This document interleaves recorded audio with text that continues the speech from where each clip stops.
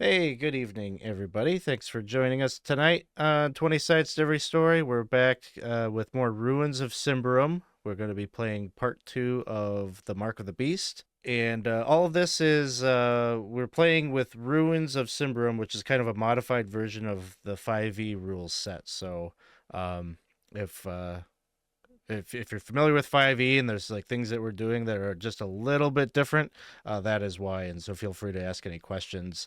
We'll do our best to explain the mechanical differences between standard 5e and what we're doing here tonight. So this is kind of the early goings of a campaign that will probably take us into the long haul here. We're planning to finish this one up tonight, and then probably have a couple more sessions of kind of whatever the characters here want to do, and then the ultimate goal is we're going to start the big Symbaroum campaign, which is called Throne of Thorns. So, if you are joining us tonight and you're enjoying the game, you want to get to know us a little bit better, you can always join our Discord server. The link there is in the chat, or if you're looking for that because you're watching this on YouTube or something, just look in the description of the video you're watching. It'll be there.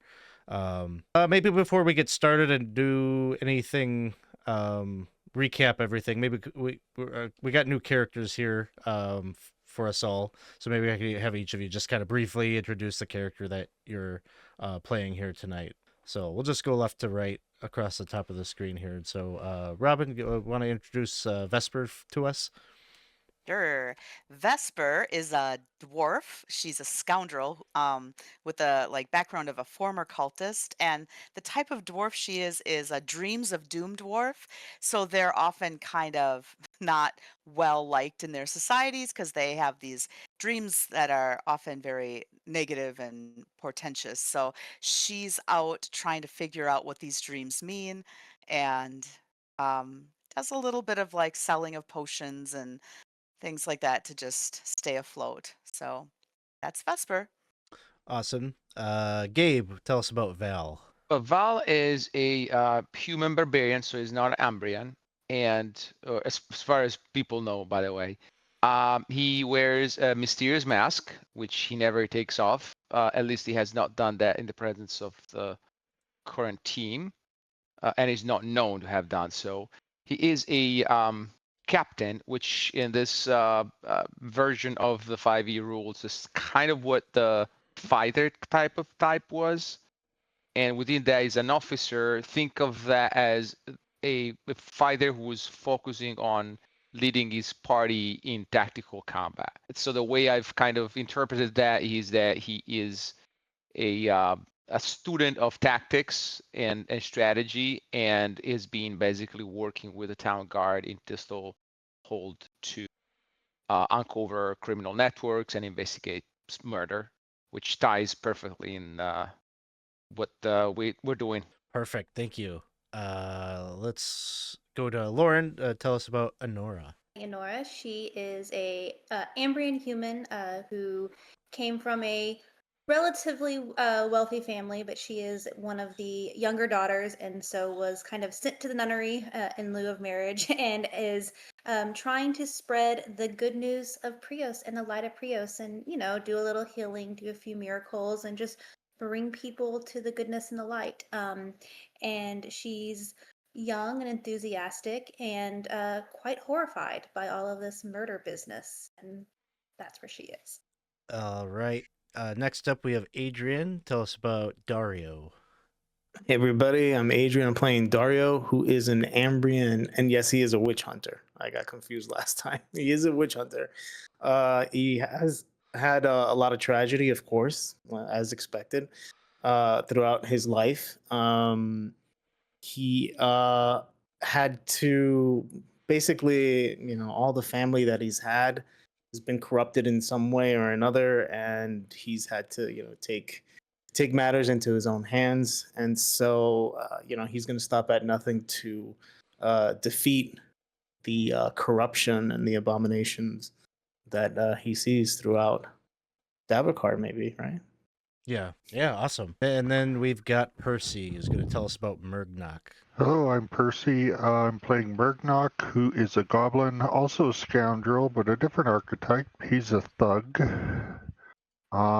He likes to fight, and I guess he spent the night at Vespers. So as she wakes up in the morning, she will find that he is cleaning up, making breakfast, getting ready for their exciting day. Oh, you're a good roommate. That's nice. Well, cleaning up the way he wants things set up. Not so much Oh, maybe what you want, but it's definitely more organized. probably is. So are you Probably telling me is. that you left Val's shack for the better place? That's what happening here. Yeah. Okay, that's good. All right. Well, with that, I have Gabe before the session graciously stepped up and volunteered that he would give a recap. I'm not putting him up to that at all. It's just totally his idea. And so, Gabe, would you mind just telling us what happened last time in our session? Okay, recap. Last time, what you now see as being a party was actually two sub-parties that merged together for this investigation. So on the one hand, we had Anora and Vesper doing their own thing at Vesper's potion shop, and they received a letter from this Master Vernam, who basically said, well, I'm dead. If you're receiving this, I'm dead. Please come and investigate my grisly murder.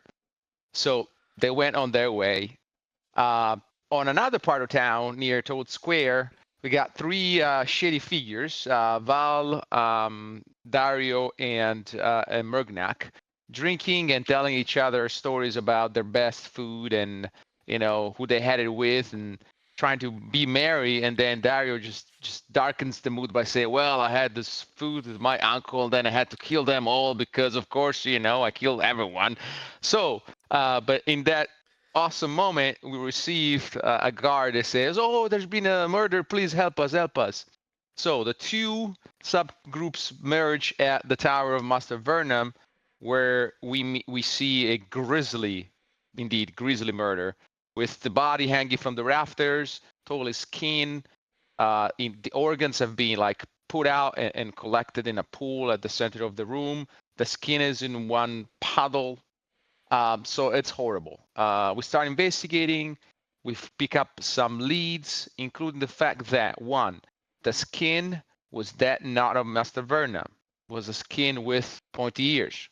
That also matches up with the tracks we find in a room, those of being from a booted feet that would be aligned potentially with a female elf, so that the things in the skin seem to match. And then we find a ring, a bloody ring, which we later will find is an iron pact ring, testifying that whoever was here might have ties to the elves and iron pact. So this is what we find. We also talk with the keeper of the tower, which tells us additional stuff on Master Vernam. From that, part of the group who goes to investigate by following the tracks. They follow a main road, and then they kind of merge into the main thoroughway, and they're lost. But from that, we also go to investigate at the barracks of the town guard, and we learn that the examiner had looked at not just this body but others. So we go and speak with this guy to try to figure out if there's any commonality. We learn the history of these murders that this Flayer has done. He doesn't seem to know about the skin potential thingy, but all of the bodies have seen three specific glands removed. The thyroid, the adrenal, and the pineal glands. We investigate around, we figure out that in ancient barbarian lore, those three are associated with trying to prevent or slow down a curse, which also could be consistent with what we're looking at. And underpinning all of this, there's a larger mystery, which I waited last to reveal to you, dear public, is that months before or weeks before, I don't know actually if it were months or weeks, but there was an expedition into Davokar, and this group of treasure hunters brought back the skull of a Symbaroum king. Now, all of the people in that expedition either died grisly or disappeared. The only person who didn't was supposedly the head of the mission, a certain guy by the name of Gorak. And Gorak had shown this skull to the mayor of Thistle Hold, Mayor Nightpitch. So as we start this session, the group will meet with Mayor Nightpitch because we've made the determination that he might be the only one who's been exposed to the skull who's not died or disappeared yet. So we want to, try to pick his brain to see if he knows more about Gorax and the skull and whatnot. Oh, another important thing, we also went to the Tower of the Ordo Magica and found out that Master Vernam, after his death, showed up and consulted some tomes and took a scroll of dispel magic from the library. Now, I bring that up because the fact that Master Vernon showed up is consistent with our early hypothesis that whoever is committing these murders literally wears the skin of their victim. So the perpetrator is now or was last in the skin of Master Vernon going around. That was a very good recap. I can't think of any details that you left out. I think you hit all the main points. And yes, Nick just redeemed me a couple of rerolls, so thanks, Nick. I'll try to put those to some good use at some point here. So it is the next day. You've all gotten a little bit of sleep. I think you were probably up sort of late, hitting the pavement and everything, but you've gotten some sleep and are waking up the next day. I think we'll fast forward to the fact that you've all gathered up now. You've had breakfast and such, and are now in the southern part. We'll say you meet up in Antique Plaza, which is kind of one of a couple of different kind of gathering spots within the town. But this is a pretty natural meetup because I think you're trying to make your meeting with Lasifor Nightpitch, and his manor is in the vicinity. So maybe I'll leave it to you all to have some conversation as you're getting ready to go to Lasifor Nightpitch's manor. Maybe trying to align your story, what kind of questions you want to ask, just kind of your general getting on the same page as we start the session. So just to kind of set the scene a little bit, Antique Plaza is definitely a pretty busy place with stalls and booths, a lot of merchants kind of setting up their wares, a lot of nice savory foods, hot beverages kind of flooding your nostrils, maybe tempting you to get a little bit of that. It's probably kind of I don't know if we set our game in a season per se, but we'll say like early autumn maybe. So these, there would be some comfort foods here to try to warm the soul. This is the kind of scene that you're finding yourselves in, just kind of a busy town square. I think Dario, since he did not, he slept somewhere randomly, that he will be by the mayor's place waiting for everybody to show up. But we're going to behave ourselves this time, right? Not push past people that are asking us to wait. What do we know of the mayor? Like, is anyone heard specifically about how he interacts with people? If he's calm and nice versus up to business and not nice? I've had no interaction. That's what I'm asking. I've never interacted with him either. This is not my kind of scene, really. How do we want to breach it to him? They might be the next victim. That's a good question. People don't often like to hear bad news Yeah. that's about to happen. I've had some experience with that. I tell you from experience that it tends to work better sometimes if it's one person delivering news versus all of us going in. If anyone feels like they might I be like your really idea, Anora. I think it should be you. You definitely have a way with delivering bad news in a nice tone. I can tell. Oh, well, I don't know if I'm qualified for that. I was just saying that. I mean, I can certainly try, but I don't know the kind of man the mayor might be. He might, he might be more open to hearing from another man for these things. Some are. Maybe just a practical, here's the evidence, here's what we have, just down to earth. Does that sound like a good idea? I don't know. Whenever I tell people I have dreams that they died, they don't tend to like that. So I don't think we should do it that way. Yeah, I think perhaps we should leave that aside for now. Just maybe that we have heard that other people who have encountered this relic have been in danger, and so we are concerned for his safety. And leave out the more grim details. Okay, I'm taking Unless notes you here. think- So we're saying you're the sole witness of the skull beside Gorak. We found the iron ring, the ring of the Iron Pact, and the murderer wears the skins of its victims. How about we just leave it at 3? Bad news, see how he reacts. And that's evidence. That's not superstition.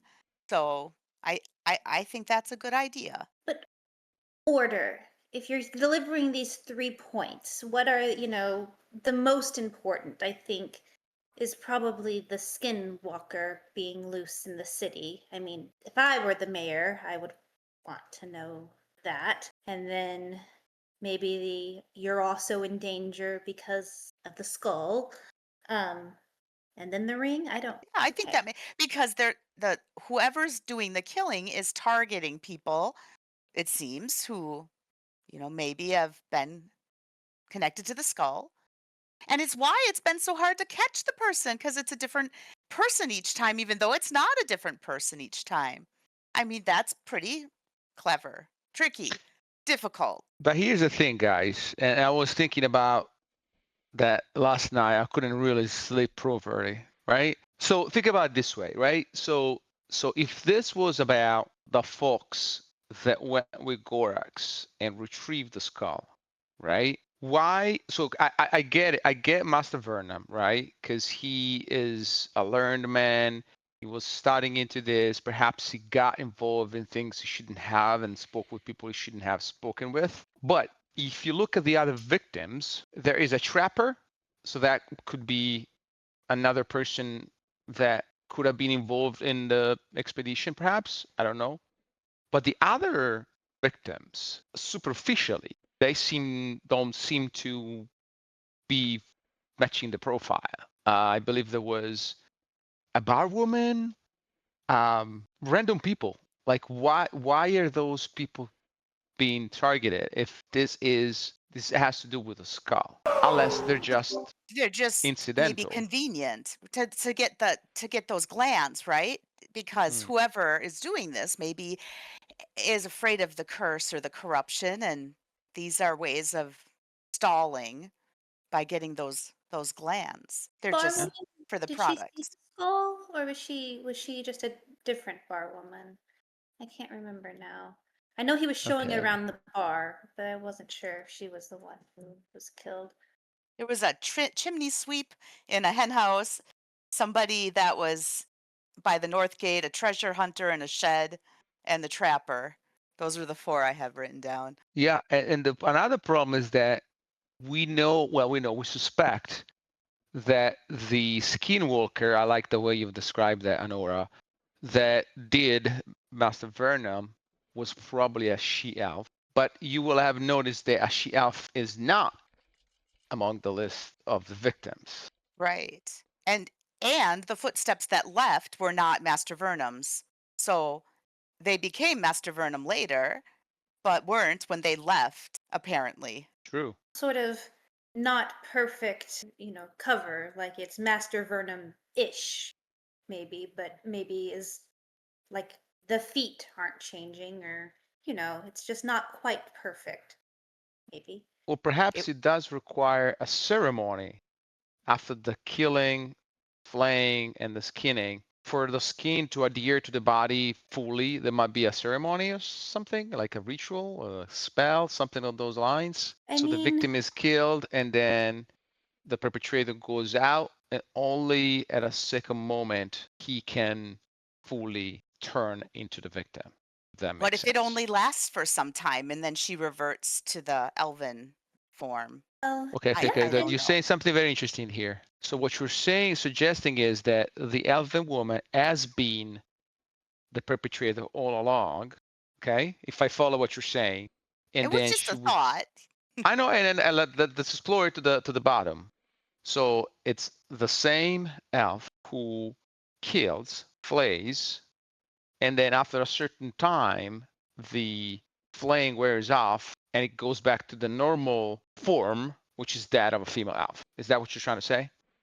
It's a possibility, or else the elven woman is just not a death that the guard has found. That maybe they were killed outside of town and nobody discovered or missed the elven woman, and we just missed that corpse in the order. Now, an elfin woman in Thistle Hold, I would imagine, would stand out. I would think so. Elves are not Well, I exactly mean, known to be unless welcome.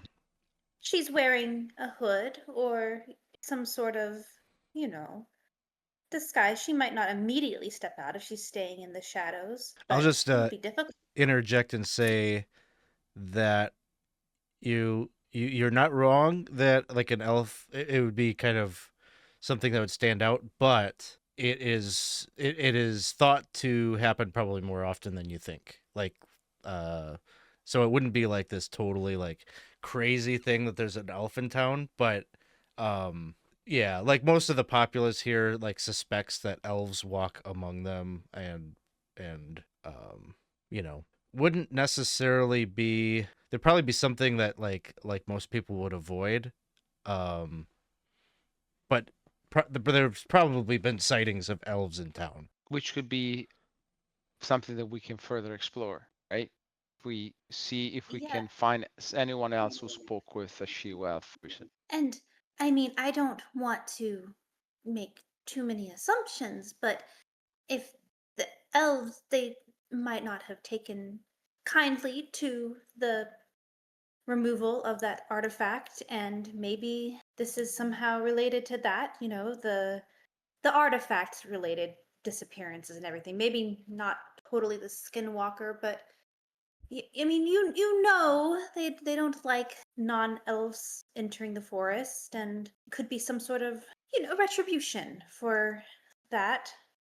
I mean, maybe that's unfair to them, but you hear rumors. Well, let's see what the mayor has to tell us. I think the best lead we have is what he knows about Gorax, and if he can put us on his track. I think finding Gorax would be the most expedient route to perhaps get into the bottom of these murders. All right.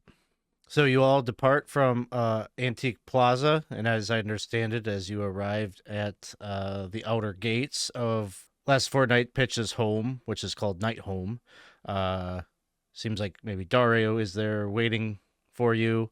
There's a couple of guards that are standing at the front gate. As soon as you arrive, they are expecting you, and you are maybe surprised that you receive little resistance from them. They pretty much wave you in immediately as you gather up, and they confirm that this is your entire party. Maybe Dario had a little chat with them prior, so they were primed and ready for you to be there. You walk through the gates, and you would see yourselves kind of in a very immaculately taken care of grounds. There are flower beds with different herbs and purple flowers and such, maybe some statuary. And on the top of a grassy hill, you can see a man-high fence that encircles a 3-story building, which is the grounds are being patrolled by the mayor's personal guard. So you feel the sense of security here. There's quite a bit of patrolling and whatnot happening. You can only imagine that on the inside of the home, there's probably all sorts of unseen guards and bodyguards and things like that. You are pretty quickly, the guards pass you off to one of Nightpitch's personal attendants who takes you through the first story of the home and brings you into a room with a large varnished table. It's surrounded by 10 chairs, and there's a hearth with a big portrait of the man that you are going to be meeting with, Mayor Nightpitch. Let me grab his portrait that you'd be looking at here. And then you're kind of left in here. There's a pitcher of water on the table and some glassware and such. It seems that this is where you will be waiting for your audience with him. So, you all have figured out how to approach this guy, this mayor? Do you know what the Ambrian's formalities are? I'm not much of a man of formalities, as you might notice. Kind of do things my own way. But don't worry, I'm not going to rush the mayor. I'm not going to leap across his table and start choking him and beating him up for answers or anything like that. So don't worry, I'll control myself. Just But with Yeah, just great. the deference owed someone in his stature. This is very simple, everyone. You say, blessings of Prios upon you. Thank you for the audience. Basic things here. Oh. As you get a lesson in grace and hospitality from Anora, the doors swing open, and boldly striding into the room is a very tall man, maybe 6'3", bald, big, full beard, but wearing very, very fine clothes, and has a pin on his right breast, very similar to the pin cloak that you've seen on some of the guards that shows the kind of an iconized version of the beacon. And he is followed by a woman who probably looks strange to most of you.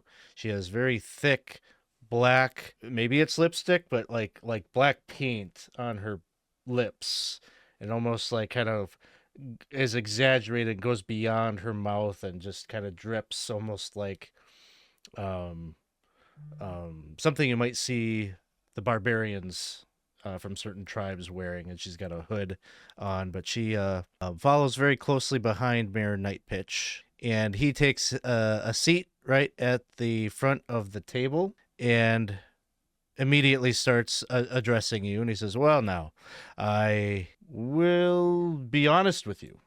In most circumstances, you had requested a meeting with me, but yesterday, in my normal protocol, would have been to schedule and cancel and reschedule with you for the next 2 weeks to determine how serious this is. But when my attendants tell me that you are investigating the string of murders that have afflicted our town, that I have made the judgment to expedite your meeting.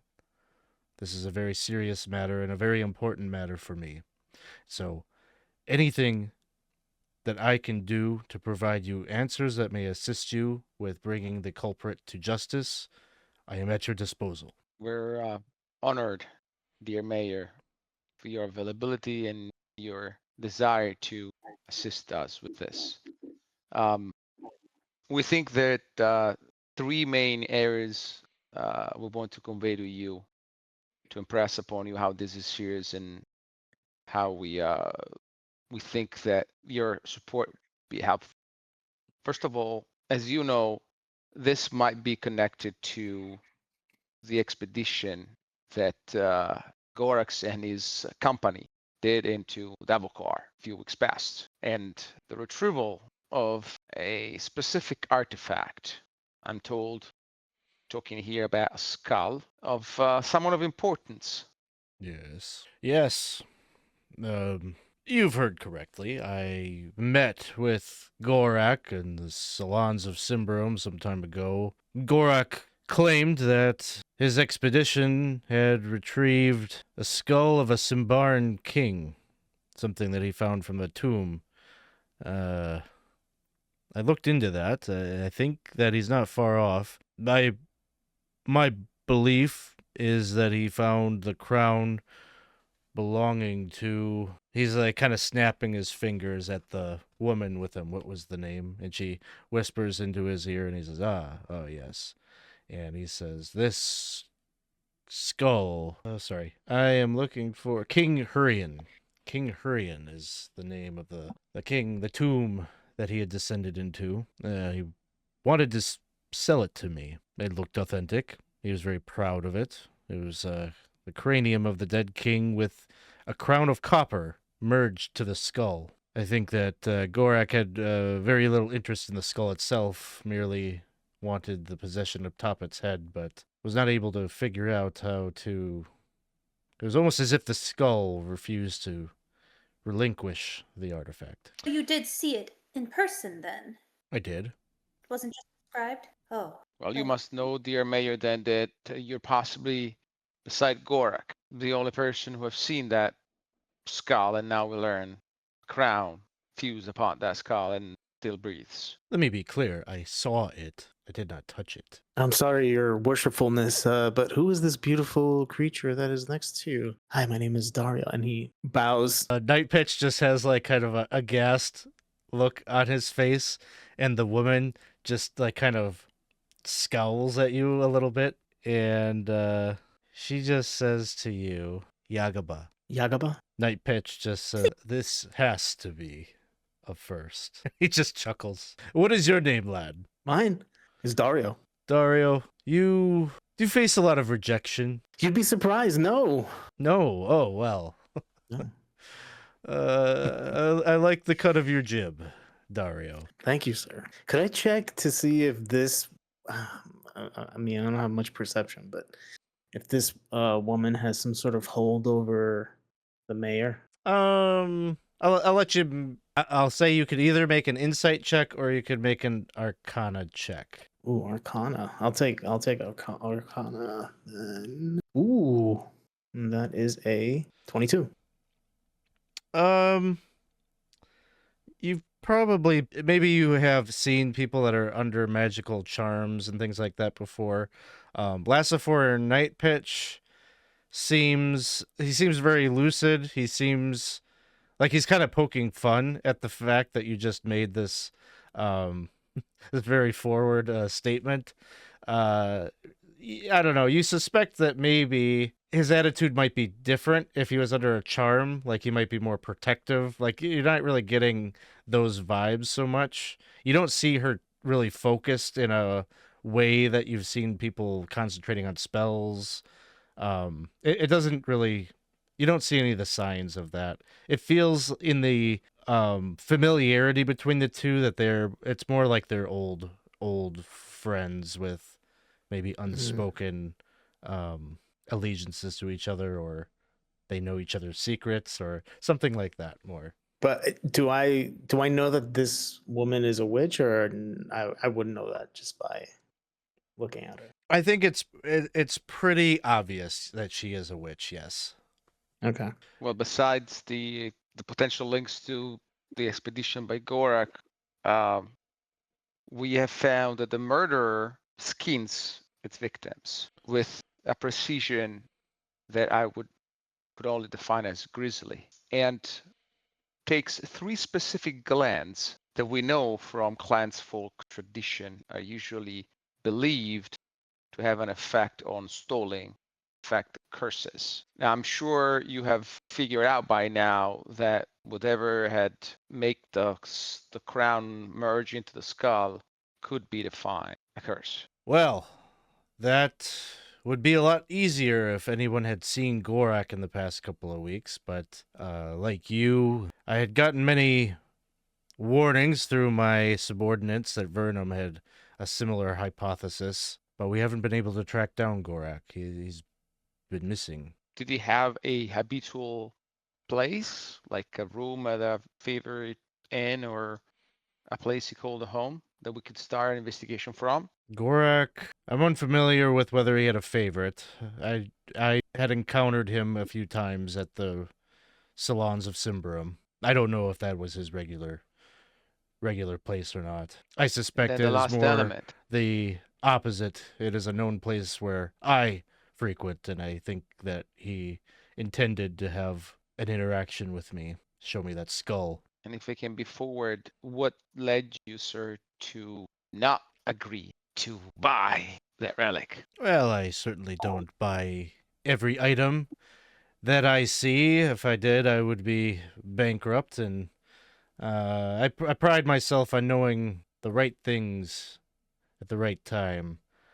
He was asking for a large sum of money, and there was just something about it. I felt, call it a hunch. I've been around a long time.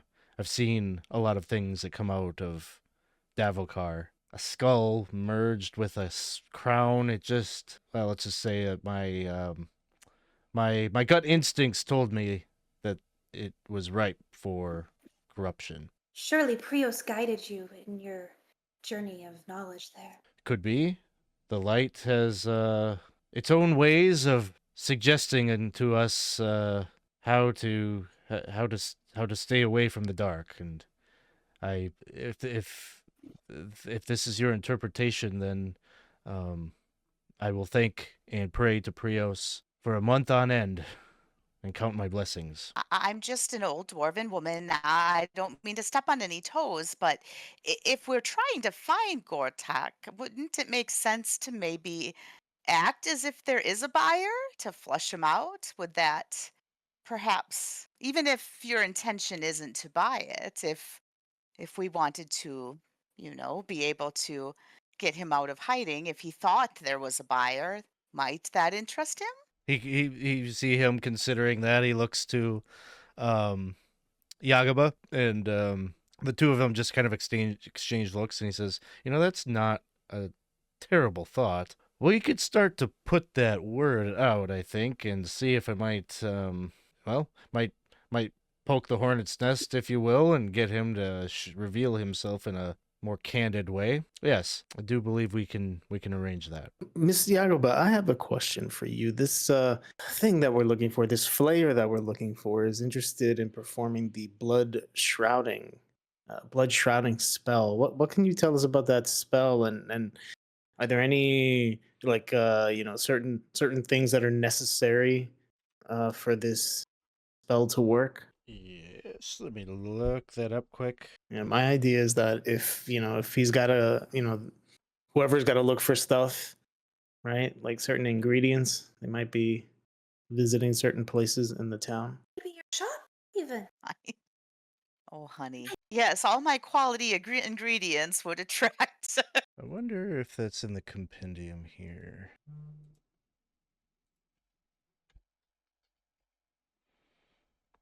I forget where that spell is. Maybe it's in the GM's guide. Well, in summary, I'm going off of memory from the last time a couple weeks ago when I actually read the spell, wherever it's located. But basically, she would say that it does require the flesh of the individual in which you wish to transform and take on the appearance of them.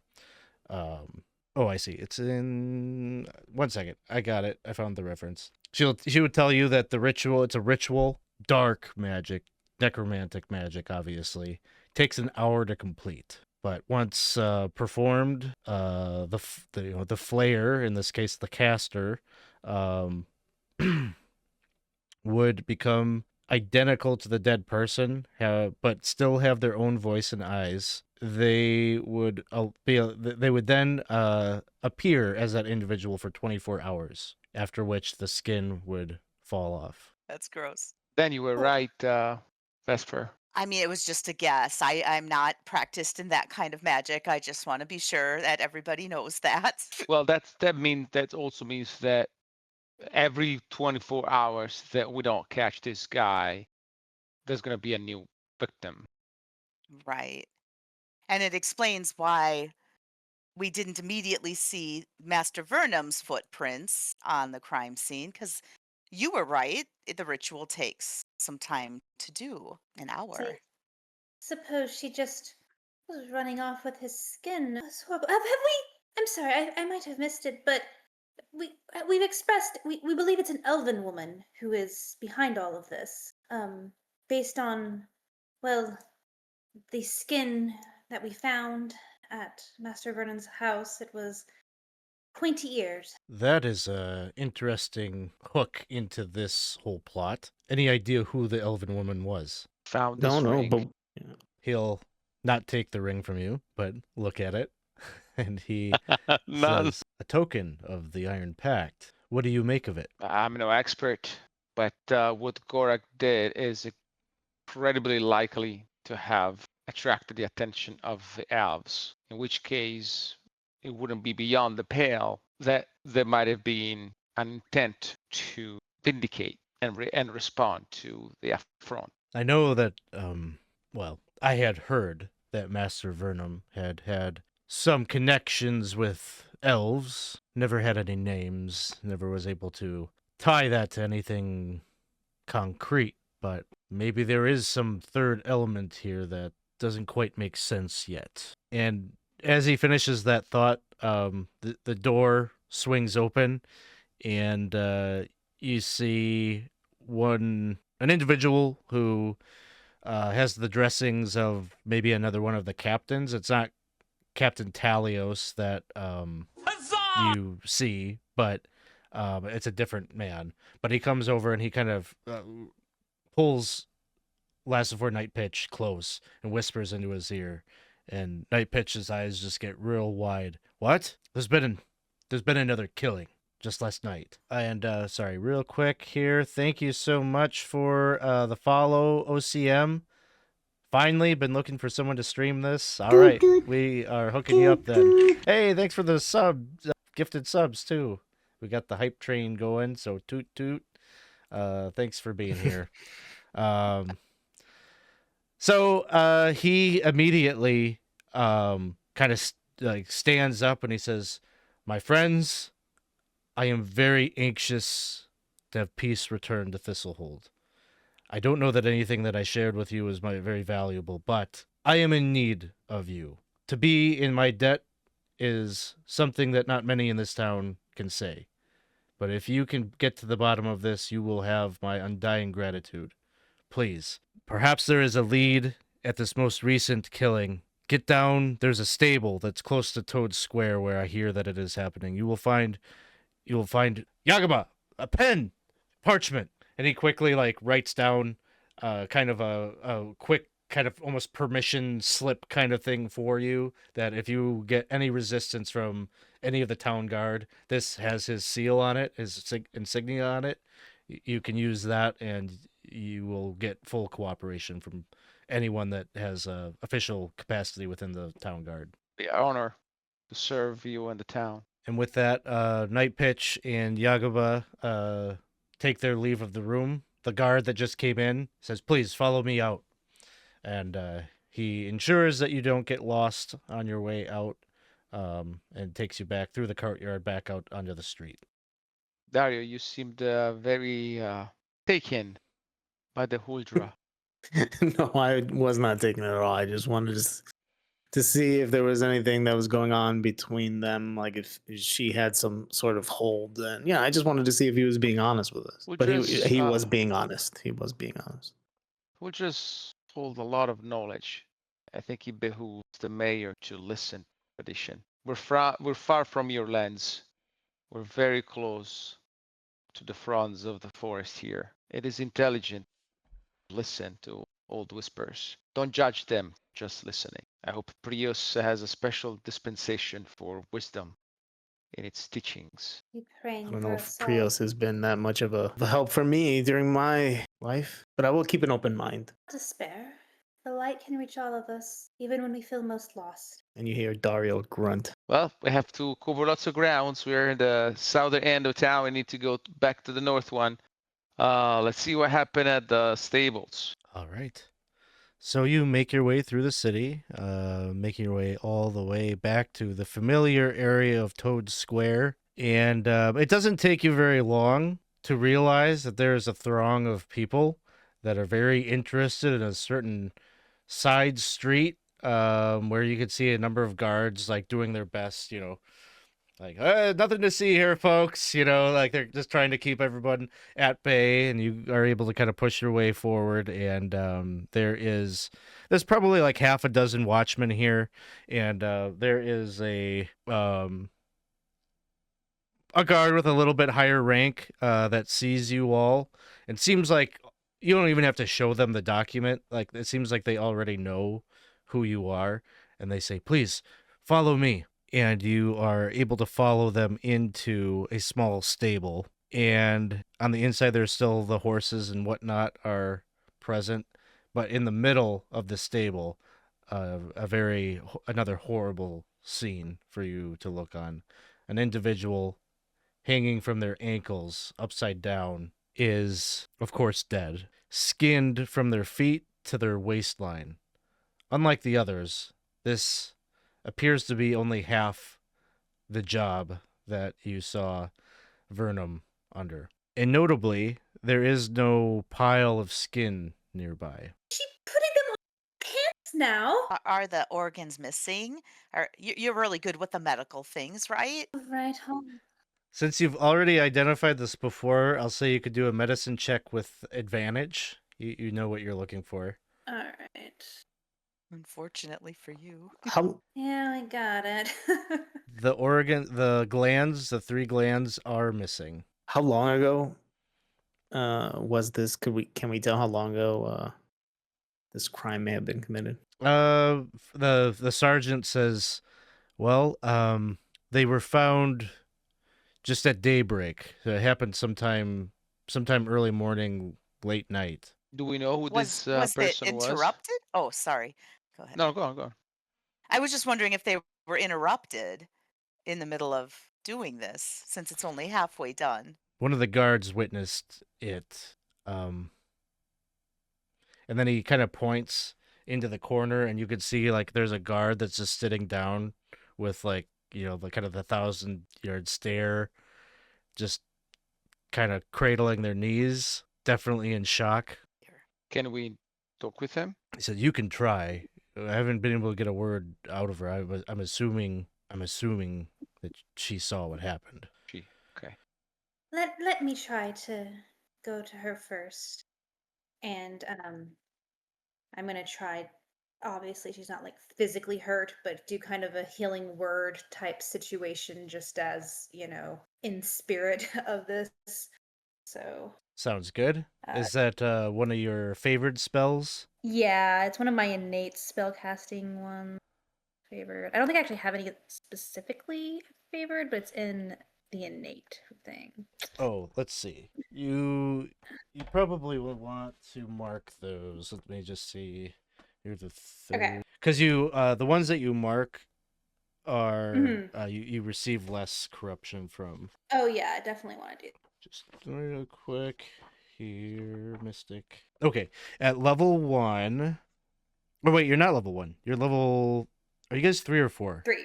3. 3, right? Okay. Yeah. Yeah. So at 3rd level, you can mark 4 of your cantrips as favored, and then those 4 cantrips don't incur corruption. Nice. And you can choose 2 of your leveled spells, and those ones, when you cast them, they only give you a temporary corruption equal to the level. So if it's a 1st level spell like a healing word, it would just be 1 temporary corruption then. Okay, nice.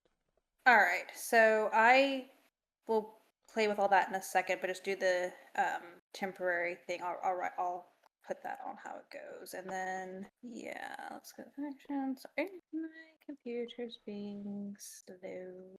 But Sorry, it doesn't want to. I will say, as you yeah. cast that spell, it has sort of an Mhm. effect to almost kind of borderline heal the trauma that she just went through. As you see, she kind of regains a little bit of her faculties, and she just kind of starts to blink maybe for the first time in hours, and looks up at you, and she says, there was so much blood. I could do nothing but scream. I saw he was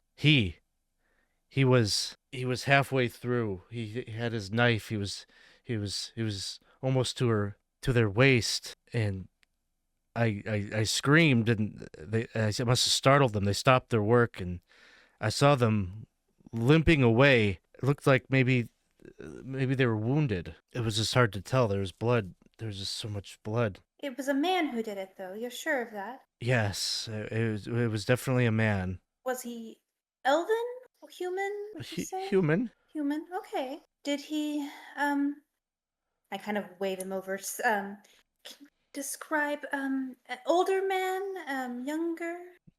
Older. Maybe he was limping just because of his age. I'm not sure. Right.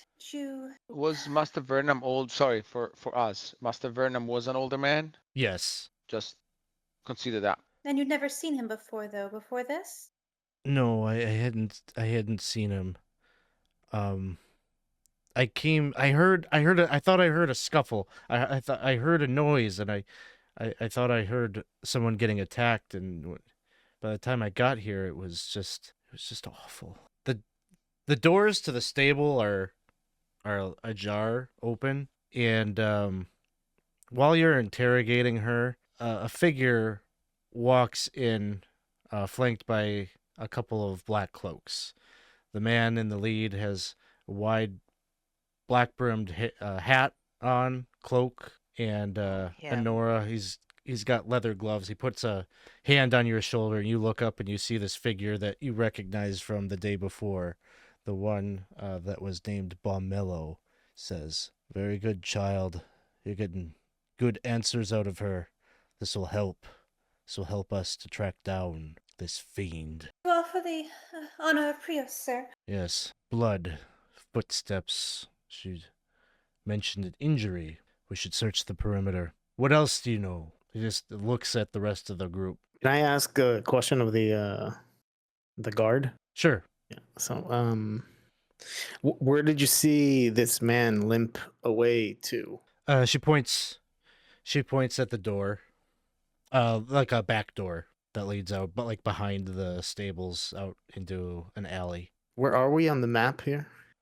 We'll say it's like over here, east of Toad Square. So did he also have dainty feet? I don't know. I wasn't looking at his feet. You know, oh, okay. I'm just asking. You know, We can look did see for him limp away? You know, and Dario would just go off to the back and start investigating. Okay. See anything? And I would talk the priest a little bit too, and just kind of. Well, we think it might be looking around one of the heathen elves from up north. We saw. Well, the skin was elven. I think that might be what's happening. An elf. An elf has Yes. brought this corruption into our town. Yes. Maybe I Wow. had it all wrong. I thought it was that young woman we saw the other day, but she turned out to be clean. And of course, she's in our custody. The evidence here of this murder suggests that, yes, maybe it is your elf. We should work together. Sir, we follow evidence, not biased religious opinions here. Not to disrespect you, but Oh. just so that you know how we operate. Well, Prios will lead you to the evidence. Faith needs to be a factor. Without faith, what are we? Wouldn't you agree, do my our job. child? Oh yes, I am very glad to hear that the young woman is not a part of it.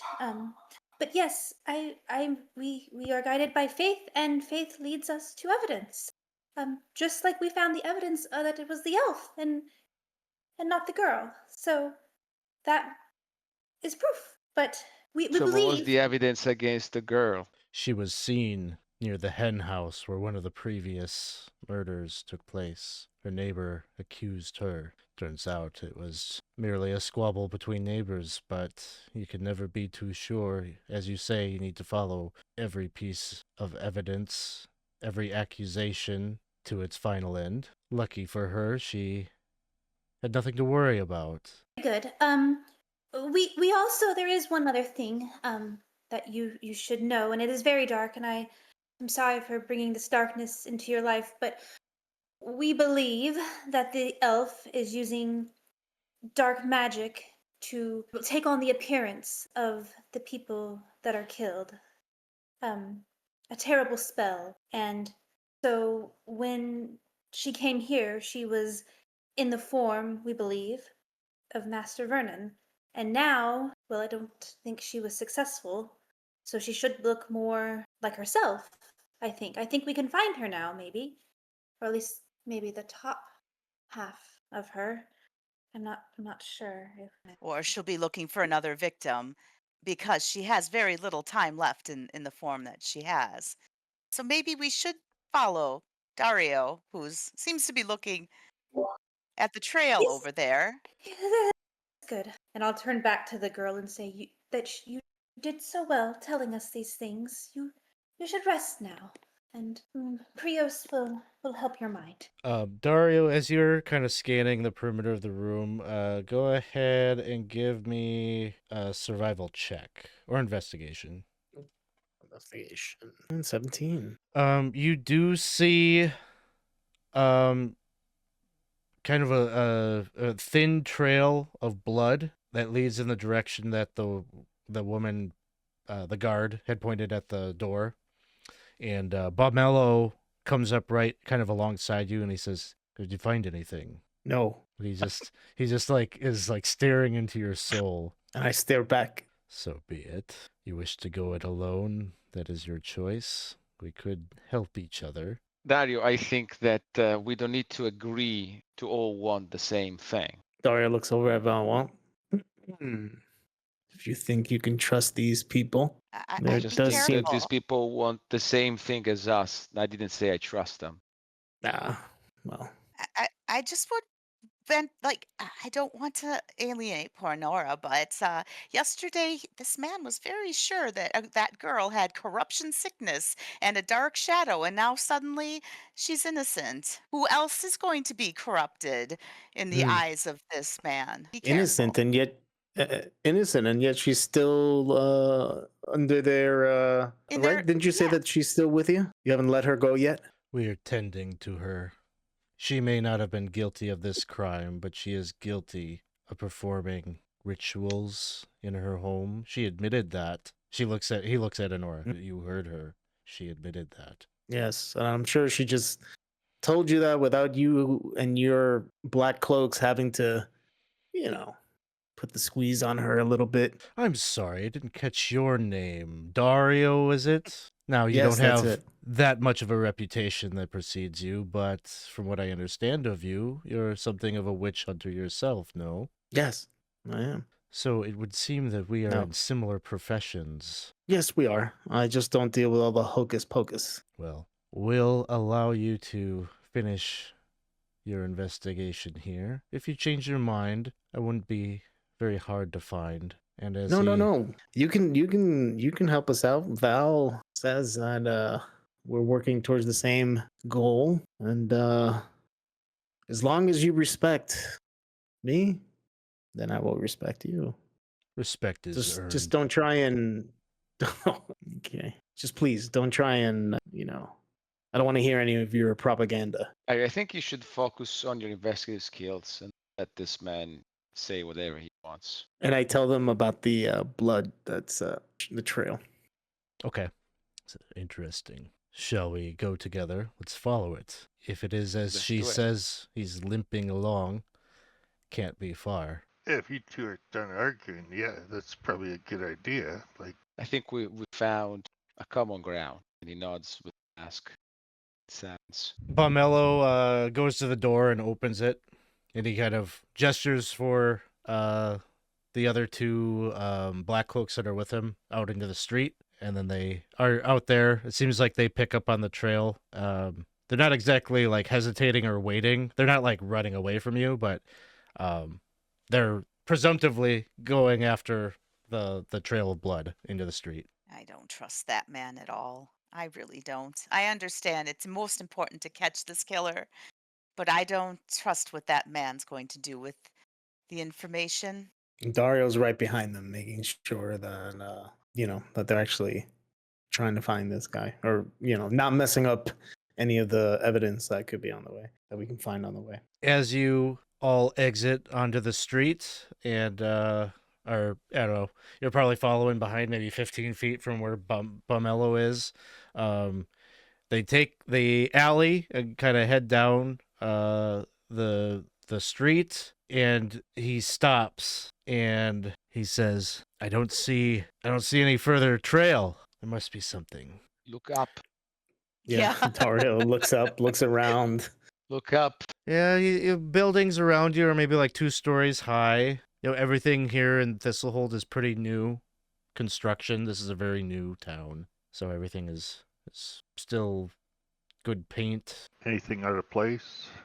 No, Can we pick up a trail? you give me a survival check. Disregard mine. 7. Thank God we have Anora. Anora, This is leading us. you kind of you pinpoint like kind of the trajectory where the known blood trail is going, and you can see that it almost seems like it's leading to like the wall, like the outer perimeter of Thistle Hold, and you something like kind of pulls you forward, like you just walk in that direction, and you do find traces of blood that just weren't. It was almost like finally maybe the wound had been patched up, but you find just like those very faint traces that lead. It looks like to like a storage facility that's right on the wall. I think be in there. Very kind of basic looking building with a flat top roof. Maybe 15 feet tall, one single door on one side, one single window on the opposite. Couple of crates and boxes and such that are kind of stacked up outside of it. Very quiet little area, very secluded from the rest of the town. I'm gonna An look for a ideal way in. hideout. Yeah, it would seem like the 2 ways to go in would either be through the door or like breaking through the window at the rear. I think we should surround this before we go in. Make sure that we got both egresses checked before we make our move. Make sure that whoever is inside doesn't escape us. I'm Perhaps happy our to take the friends can rear. go to the back. Oh, okay. Pomelo?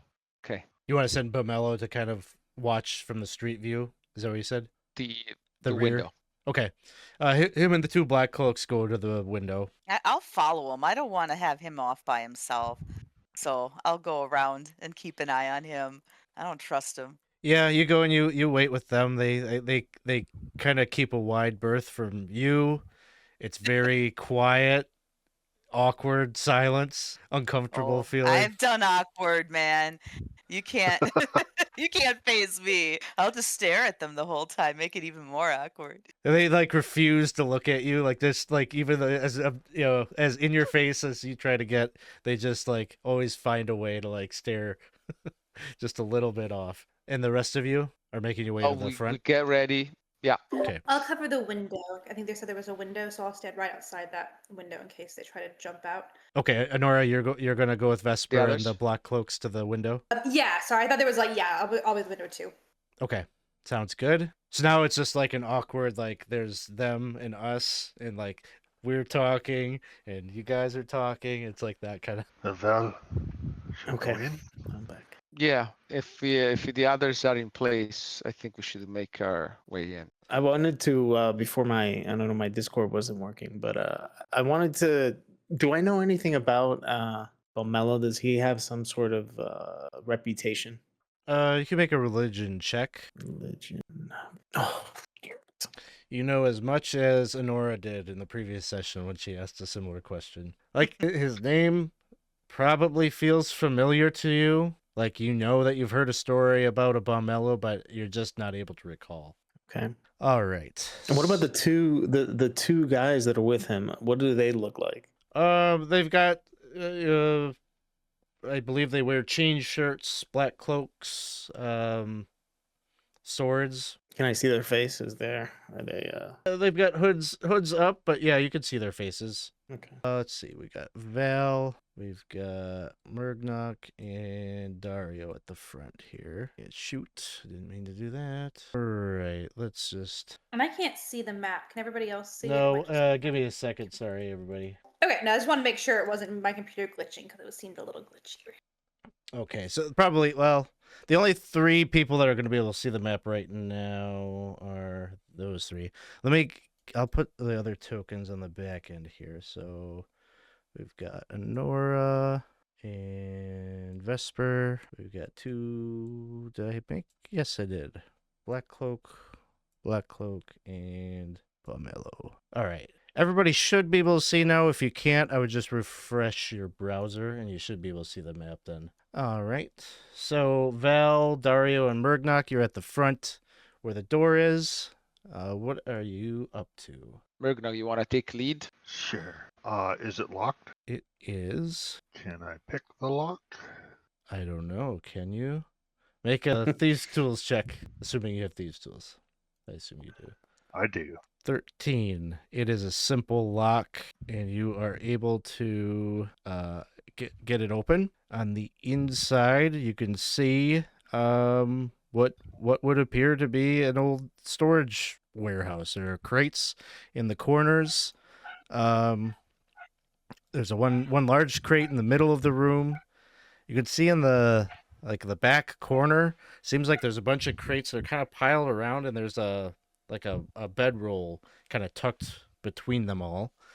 And maybe worst of all, at the very back end, you can see a body laying on the floor, clearly deceased. There is a reek in here. I'll whisper back. There's a body in here. Check the corners. Make sure nobody sneaks on you. I'll be behind you. I'll head over to the body. As you approach, you can see the skinned, reeking corpse, a pile of leather armor, and a crowbar nearby. And as you approach, it starts to stand. And it grabs the crowbar and gets to its feet and kind of stumbles forward and takes a kind of wild swing at you and is just shambling forward. So we can roll initiative real quick. Let's see. I can put this all on a combat tracker. Okay, you should be able to roll initiative now. I will use my tactical acumen and take disadvantage on my initial roll to give advantage to 3 of my allies. So I will give advantage to Murgnak, Dario, and 1, 2, and Anora. So I'm rolling myself a disadvantage, but giving advantage at them. Sounds good. If I roll again, is it going to mess up your tracker? Maybe just roll again and tell me which one is higher. All right. Oops. All right. I gotta do Bomelo and the Black Cloaks. Okay. Percy, you are up first. All right.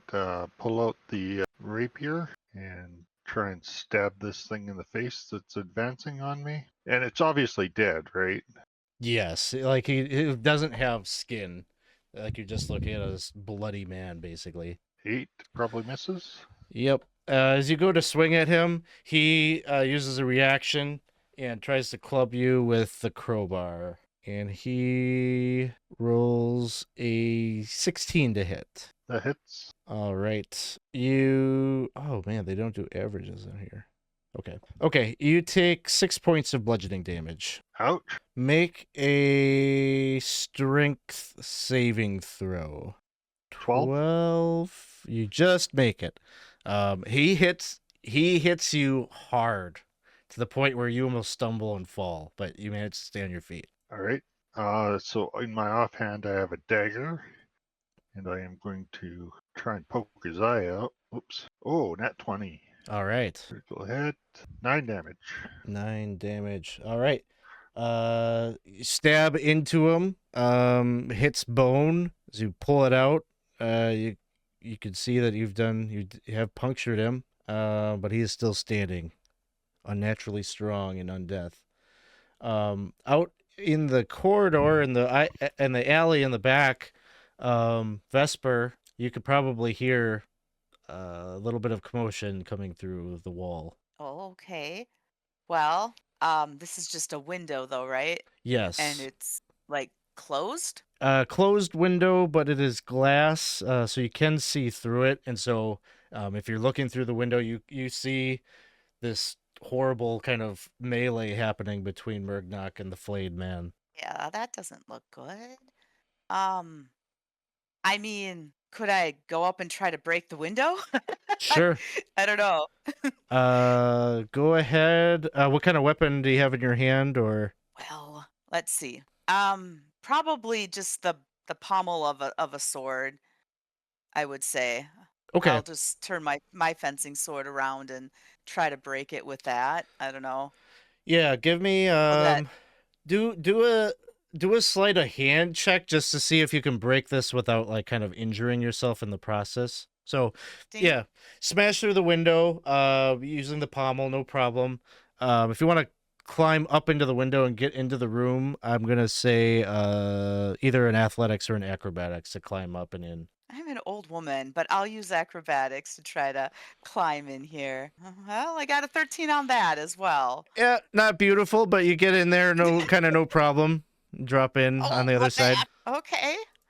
All right. Not sold after all. Well, yeah. I think I only have about 5 more feet of movement, but I can take a bonus action to dash over there. I don't know. I don't think that'll be very helpful, but I'm just trying to see. It's this thing right up here that's attacking? This No. thing over here. Oh, that Yeah. thing over there. Oh, I'm sorry. Then I'll move back. Let's see. Oh, that's your mask. You look creepy, Val. Yeah, I am creepy. I'm happy you realize. Oh my gosh. That's funny. Oh, yeah, I'll get out of the way then and just kind of go into this corner so that if anyone else wants to come in through the window, I'm not in the way. Sounds good. Becomes one of the Black Cloak's turns. Balmello is just kind of like barking out orders for them to like kind of spread out and cover the other sides of the buildings. So this guy is going to move just kind of over here in eye shot of the 10, 15, 20, 25, 30. He'll go to right here. Dario, it is your turn. All right, I'm gonna shoot my longbow at it. Where'd it go? Oh, 11? 11 will miss. Okay. And then I'm gonna, whoops, I am gonna move. Vale. And that's it. Oh, actually, wait, I'm gonna that's what I should have done first. Target my feature, which is Hunter's Instinct. I can use a bonus action on my turn to mark one creature as your chosen target. And so the first time I do damage to the creature, I add my proficiency bonus. And if you're wielding a ranged weapon, you can use your reaction to make an attack when the creature uses its own movement. It I becomes guess that'll happen the second time. It becomes the zombie's turn. He's got the crowbar in hand and he kind of whips around and tries to attack Vesper. Okay. And that is a 19 to hit. Yeah, that'll hit. 7 points of damage. Just he moves really. He's not like a slow moving zombie. Like he's fast and strong. It would seem. It is Anora's turn. Okay, I'm gonna go up to the window, and if when I'm in the window, can see him in range, I'm gonna shoot a firebolt at him. Sounds good. He's gonna have just like a little bit of cover from outside, just giving him a small AC bonus, but you could certainly target him. Try that. That work? No. Okay, hold on. Oh no. Ooh, and that one. Womp womp. Is Not good.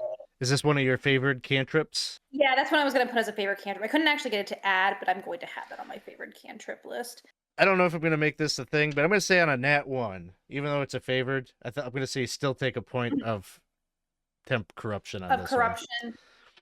That's fair. That's fair. Okay, so I should have, I think, only 2 though. I just rolled it twice. That's what happened. Okay. Okay.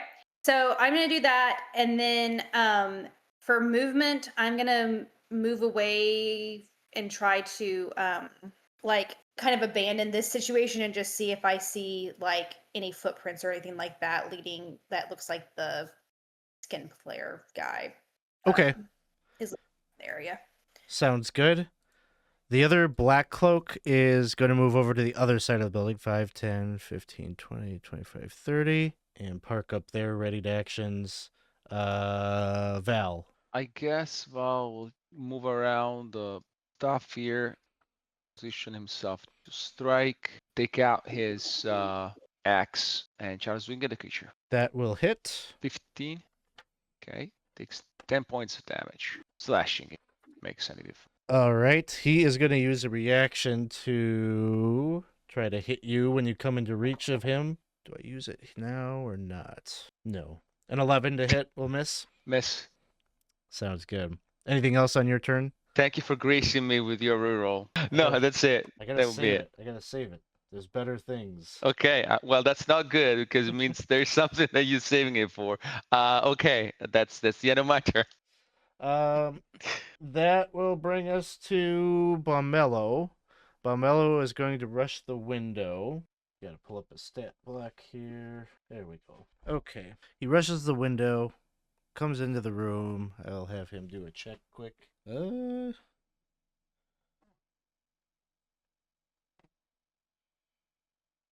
Yeah, his is kind of like Vesper's. It's not really pretty. Kind of clambers through the window, but he manages to collect himself, and he has a heavy crossbow in hand. He's gonna take a shot. That is a 10 to hit. That one misses. Okay.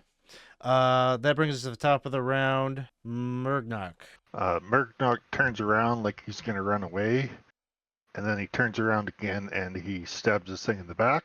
That one 21 to hit. hits. So we do that. I thought I added a backstab in here, but I guess it's gone. So I will just roll 2d6. Ooh, that's pretty Whoa. good. So 16 total of damage. 16. How's this thing looking? Pretty rough. In fact, you, Alright. you hack at him with the sword, and he kind of like drops to his knees for just a second. Like you run your sword through him, and he drops weak, but then all of a sudden he just like raises his head, and it's almost like he gets a second wind as he starts to rise back up. Alright, I will stab him with my dagger. A 9. That one misses. I was aiming for his head. It probably just skids off his skull and does no damage. That's all I got. Vesper Well, I'll try to stab him. Oh, look at that. 21. hits. All right. And this should have my sneak attack in with it. So 13 or And You only have backstab. one Sorry. d6 Yeah, I think because so. Murgnak had the 2d6s. Well, let's see.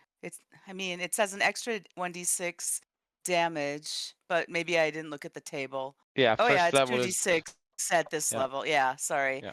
I just looked at it from what it said. Good, So good to there'd be an know on extra the future D6. ones, but this is enough damage to bring him down. He failed his con save on just that amount. So he drops as you strike him in the back, his flayed body hitting the pavement and making kind of a sploosh sound as it hits the hard surface. Well, that was exciting. But this isn't Can who we- we're looking for. Right? I mean, does this look like? No, it definitely does not look like Mr. Vernon because his body with minus skin and organs was hanging from the rafters. So whose body is this? Don't know. Good question. Anora's Maybe it just was like, like an earlier victim. Sorry. What did you say, Oh, Anora? I was gonna say Anora's like gone off on her own chasing this down. So while y'all are being a Mello detective out there. just steps forward and he says, whoever he is, he's been dead a while. He stinks. Could I take a look at this area here where this bed is at? Yeah. So there is a simple sleeping bag here. There's a blanket that's kind of covered with breadcrumbs. And as you're digging around, you find a spell book here. Oh. What are these boxes? Crates. I'm going to look underneath them, check inside of them. I'm looking for a trap door. You start to move and shift things around. Many of them are empty. Some of them still have like cloth, textiles, things like that in them, packed in them. But once you get to this crate in the middle of the room and you shift it aside, you find your trapdoor.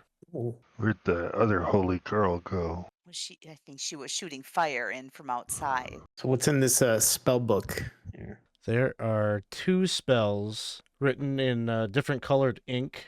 The first is in a black ink. It details the spell that you learned about from Yagaba. It is the blood shrouding spell. Oh, blood shrouding. Oh, okay. And the second spell is Dispel Magic. Okay, so this has to be the book from Ordo Magica that was taken. Well, we know that they took the scroll of Dispel Magic, but Blood Shrouding he already knew. They might have just added it to their book. Yeah.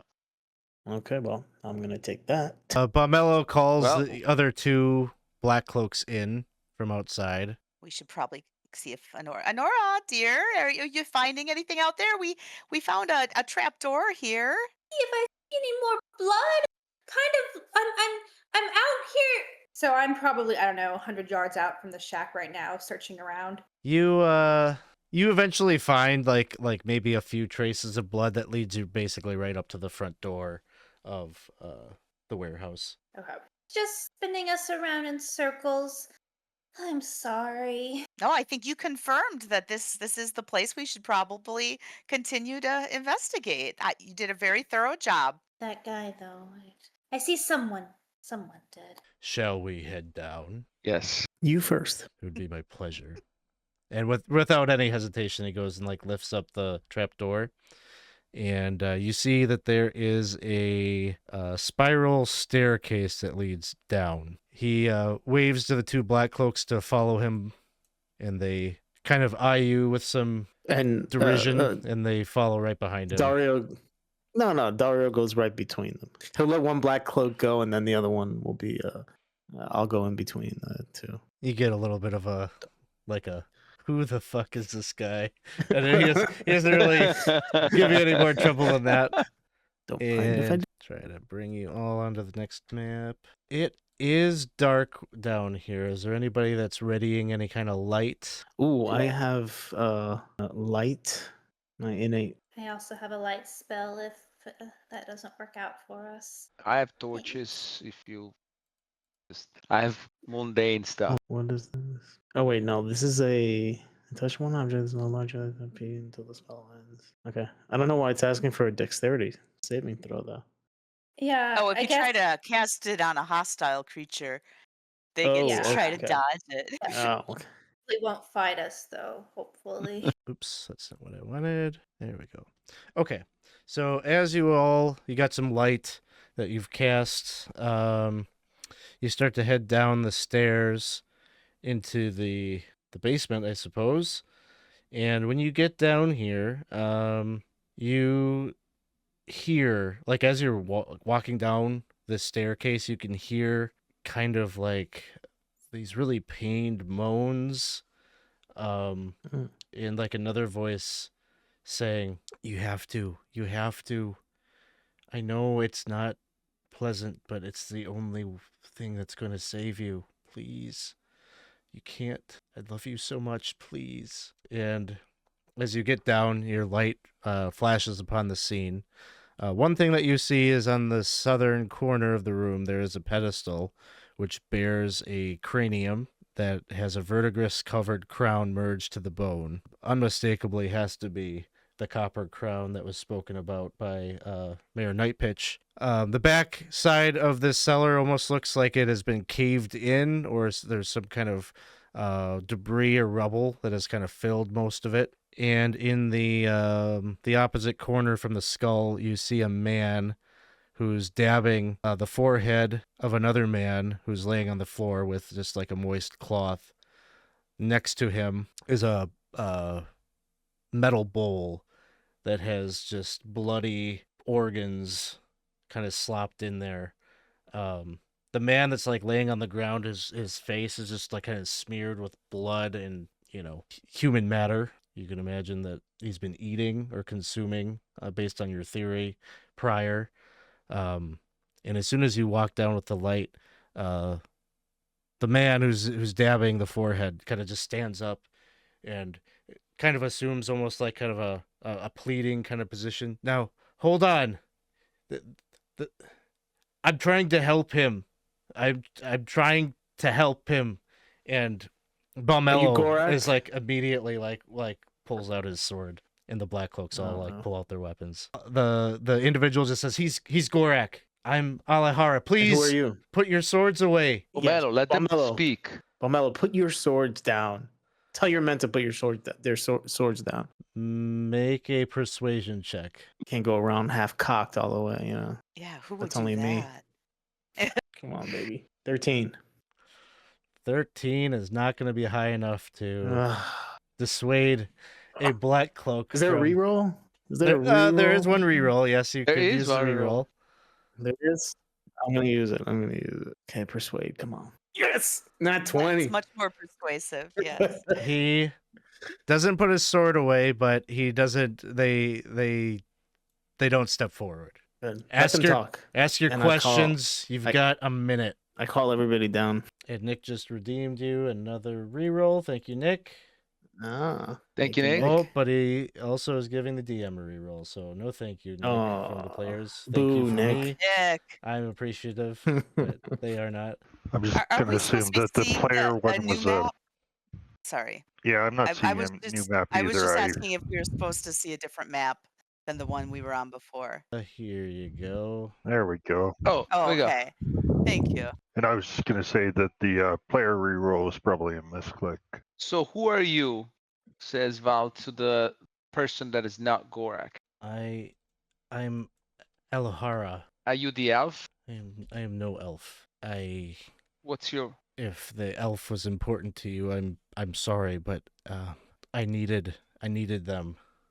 I needed to get to Master Vernum. I needed to find another way. I can't keep going on and doing this night after night. No, you shouldn't. This is way too much for just one body. You're the one killing people? I love him. I would do anything. I would do even this for him. You know we can't allow that, right? Please, just then help me. Help me find a way to help him. Well, the best way is to go in with the Ordo and see what they can do. Stop killing people, especially if they're innocent. Balmello just says his corruption is too far gone. He needs to be. We need to take care of this now. No. We're gonna Or take them what? to the Ordo Magica. I am not trusting those mages with this. This ends here. There will be no negotiation over that. Ask your questions, get your information, and then we're going to be done with it. You've seen what happens with. I think everyone would benefit from studying this, Balmello. So next time we have something like this, we know what to do. Don't rush to kill people, or you have to. Your mistake is that you see him and you still see a man. He is no man. You're misrepresenting my words. I'm just saying, I don't care about Gorak. I care about learning from Gorak. You're just like the scholars. You think this is a thing that you can study and dissect. You think your scientific approach, you hold it so far above the light. Don't you forget that it is Prios that led us here. Prios will purify this man and rid our town of this wickedness. You show weakness. And Alahara is just like, please, please, please. I will cooperate if it means taking him to. Well, I'll cooperate in any way I can. I will answer for my crimes, but please just help him, please. I'm gonna go to Alahara and I'm going to start. I'm gonna bind her up, Like you've got manacles or something, or... arms and legs. A rope, right? Okay, you're pulling out a rope. Yeah, just use rope. All right. Yeah. As you're pulling out your rope to go ahead and do this, she seems to be kind of cooperating. She's just not resisting you. But there is Gorak's body starts to twitch, and you watch as he starts to undergo. It's almost like his body is fighting with him, but there's something like within him that is clawing out as he undergoes this horrible transformation. His bones elongate, his hands just kind of rip open as claws emerge, and he stands easily 8 feet tall, not the thing that was laying on the ground just mere seconds ago. And as you're binding Alahara up, without hesitation, he just grabs hold of her and rips her apart with superhuman strength. Jesus Christ. Wow. Well, that kind of takes away that decision, I suppose. And we will be rolling initiative. Is Balmello running? Is he running up the?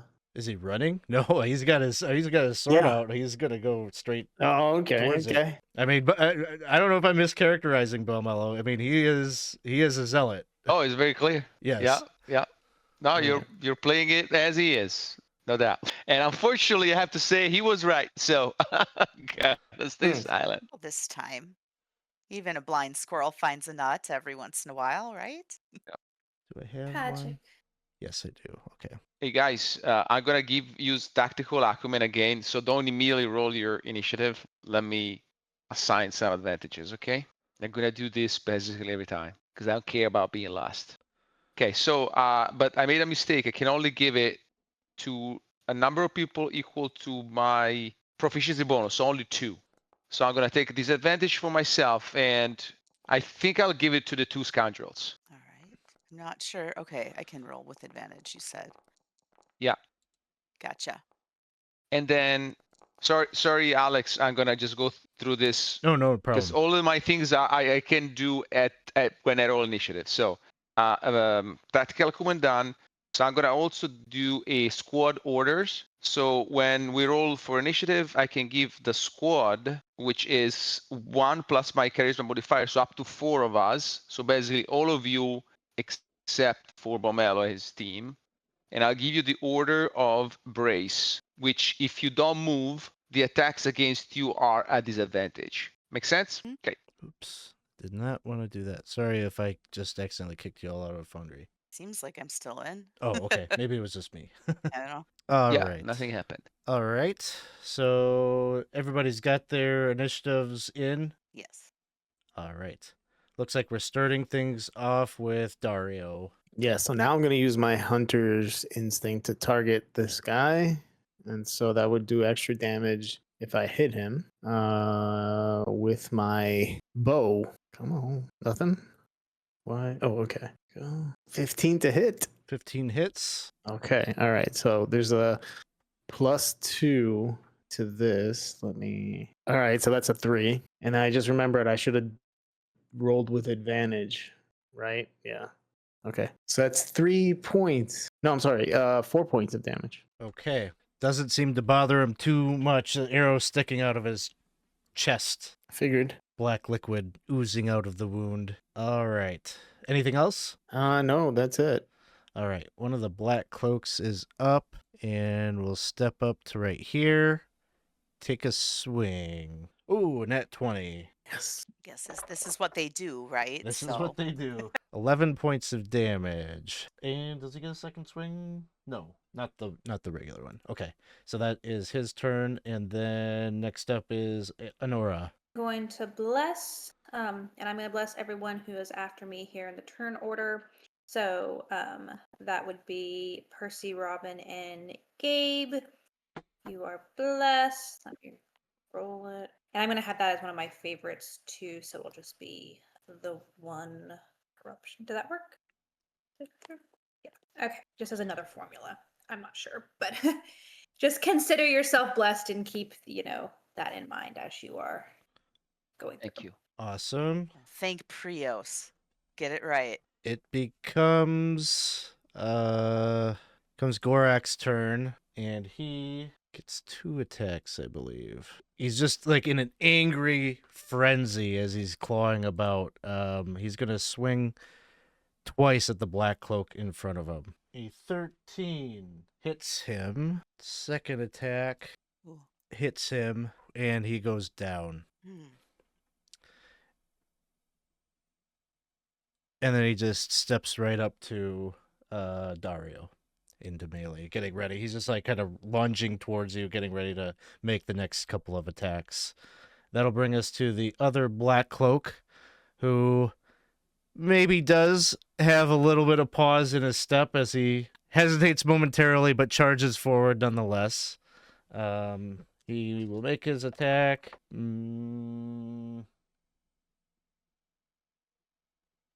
He misses, unfortunately. And that'll bring us to Murgnak. All right, I'm gonna shoot him with my bow because I don't want to get anywhere near this thing. I'm thinking the same thing. Plus, then we can brace. We were instructed to brace. Brace. You roll with it. Yeah. Do we have advantage too? Yeah. We do. Yeah. Why? Yeah? Don't we? Why? Yeah. Right. For what? No. I thought they just rolled at disadvantage against us. Yeah, so if when we you don't brace. move and you're getting Oh. attacked, Yeah. they roll a disadvantage. But They you roll don't, yeah. disadvantage. Okay. Yeah. Okay. If you don't 22 move. to hit. 22 hits. Whoops, if I could spell. 11 points of damage. All right. Is there any place to hide? Actually, you know around what? here? You do have advantage on him. He's raging right now. Or Oh, he's, is he? He's not technically. He's berserking right now. So you can roll again to see if you get the nat 20 for that first attack. Okay. Oh. Oh, even worse. All right. So 11 points of damage. That's all. All right. Next up is Vesper. Yeah, I'm going to do the same thing that my friend just did and use my bow. And So, yeah, basically, said it's all your attacks will have advantage. He's gonna be at in this advantage. Okay. berserking state the entire time, Ooh. basically. Oh, there's Ooh, a well, 20. I had to roll it. Yeah. Yay. Okay. And then I get 2d6 sneak attack, you said. So there we go. There's some dice. Nice. Oh, That's 27. better. All right, another shot. He's just getting all sorts of arrows stuck in him from all the missile attacks. And I'm bracing. I'm just going to stay right where I am. Sounds good. It is Val's turn. Val screams, stand still, let them come forward to you. And is gonna chuck one of his hatchets at it. You see advantage, right? Advantage. Yep. Still a shitty 14? I think you just hit it. Yep, you make it. I'm gonna say I'll skip the D1 7 points of damage. All right. And I'm standing still, hopefully to protect the ones behind me. Aw. Balmello, his weapon in hand. He's going to step forward and make his attacks. I think he gets 2. Yes, 2 attacks. Where is it? Oh, there it is. All right. He hits 2 times. Deals a total of 12 damage to it. He's kind of like, he's like barking out like opposite orders of Val. He's like, press the advantage, swarm it. We all stay back here. Dario, it is your turn. You're mute. We didn't hear you. Sorry, that was an 18 to hit and Okay. 10 points of damage. 10 points. Okay. Sounds good. All right. Next up is Anora. All right. We're just gonna shoot a firebolt over in the general direction of our baddie friend there. 1 second.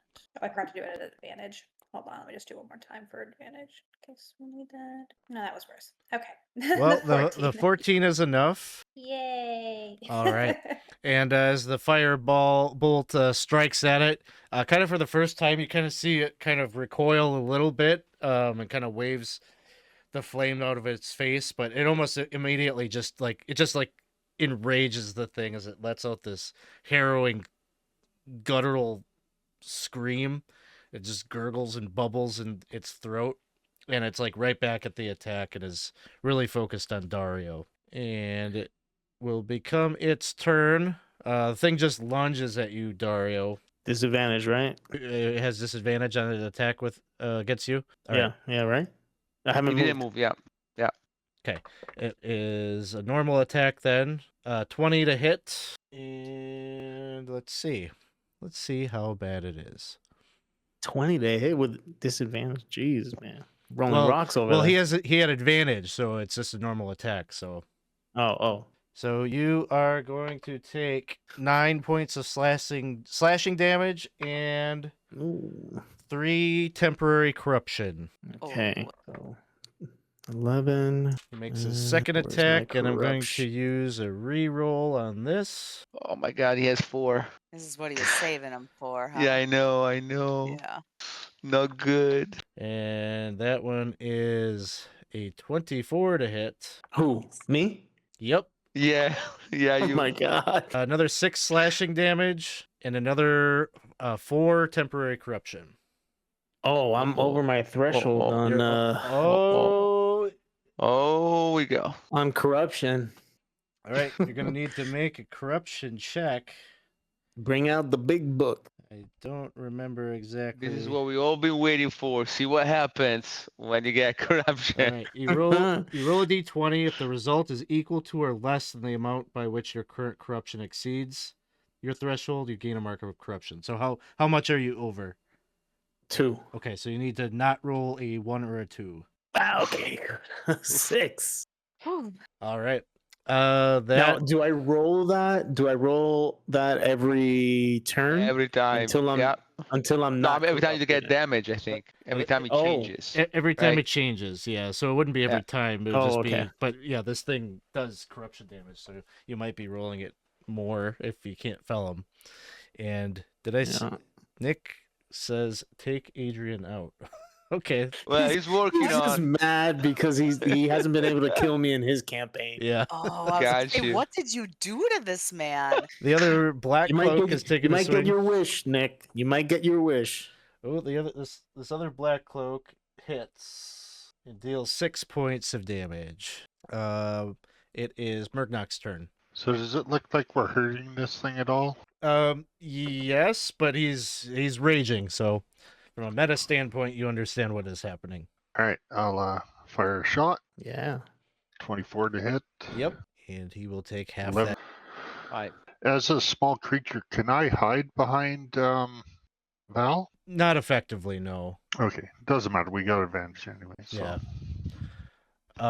You just don't want him to see you. I don't blame you. You're I'm fortunate. looking at the stairs, and they're looking pretty good right now. Yep. Then it becomes Vesper's turn. All right. Well, I'm gonna use my bow again because that just seems smart. All right. 20 Hits. 20 hits, right? Okay. Good, Eric. Just 7. a little bit. We're trying. He's just got We must be almost like whittling a it down. dozen arrows sticking out of his chest at this point, and countless slashing wounds all up and down his body, just dripping black blood. And it is Val's turn. Val says, I'm the first one to admit when I'm wrong. Bomelo steps up front and say, you guys stay back. I'll see if we can finish this guy.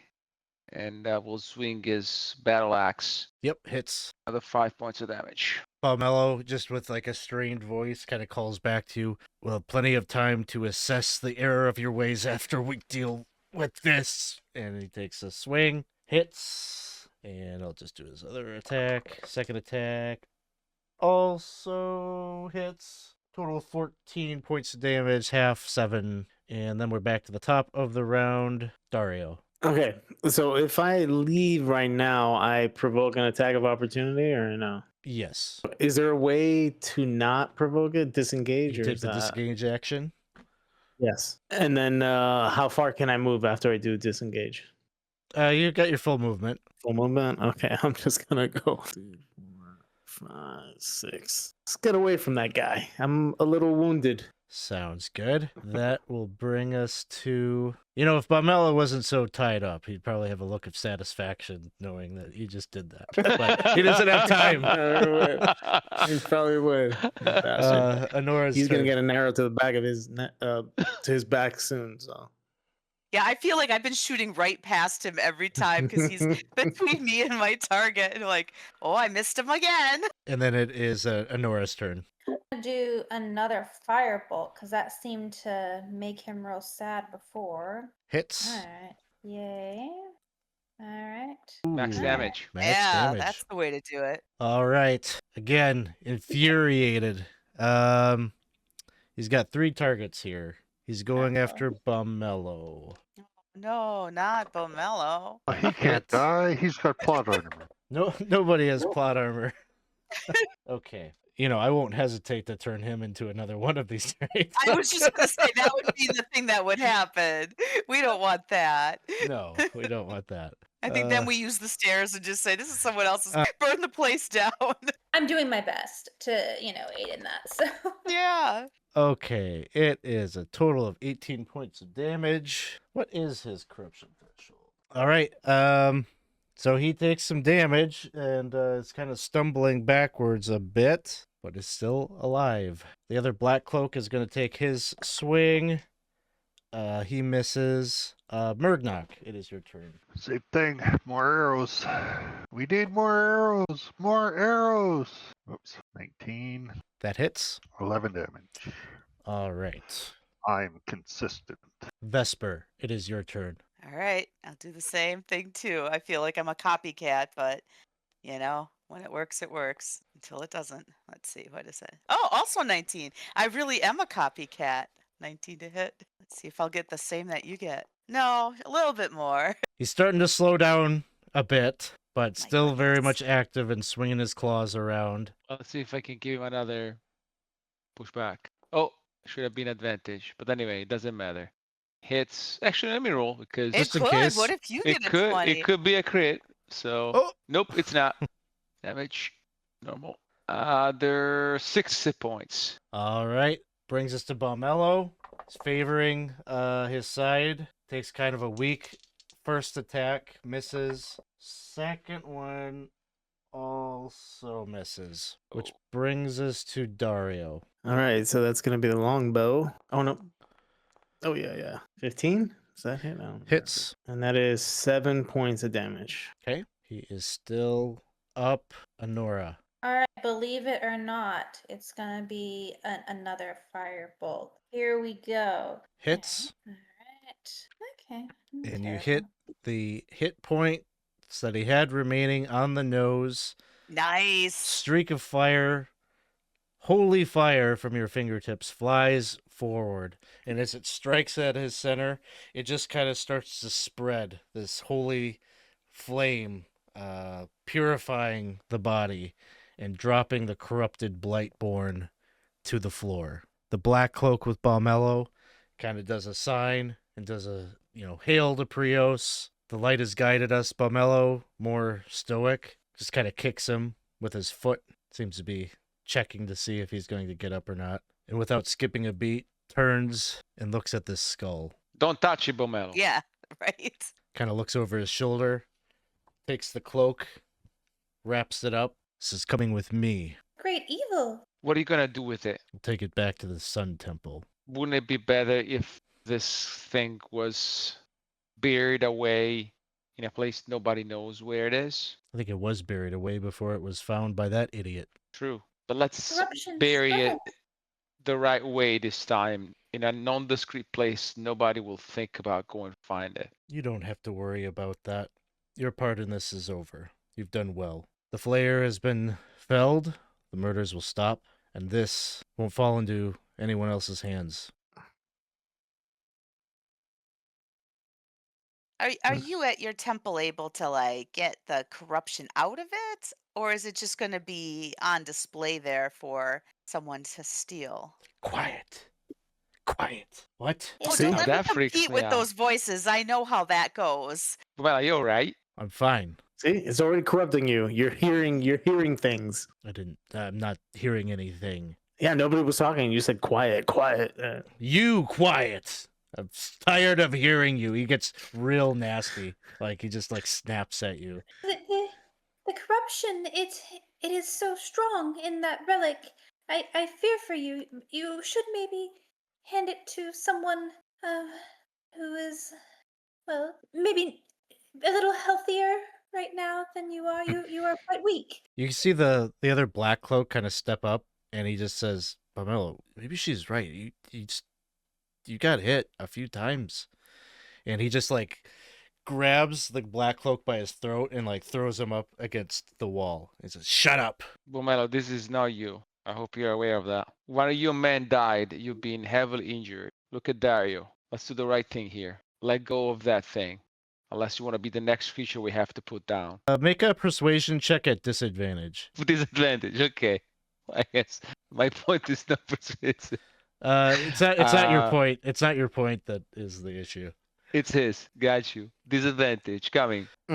He just says, and again he's he seems kind of distracted, but he says, I will turn it over to the priesthood. Do you mind if I follow you to make sure you do?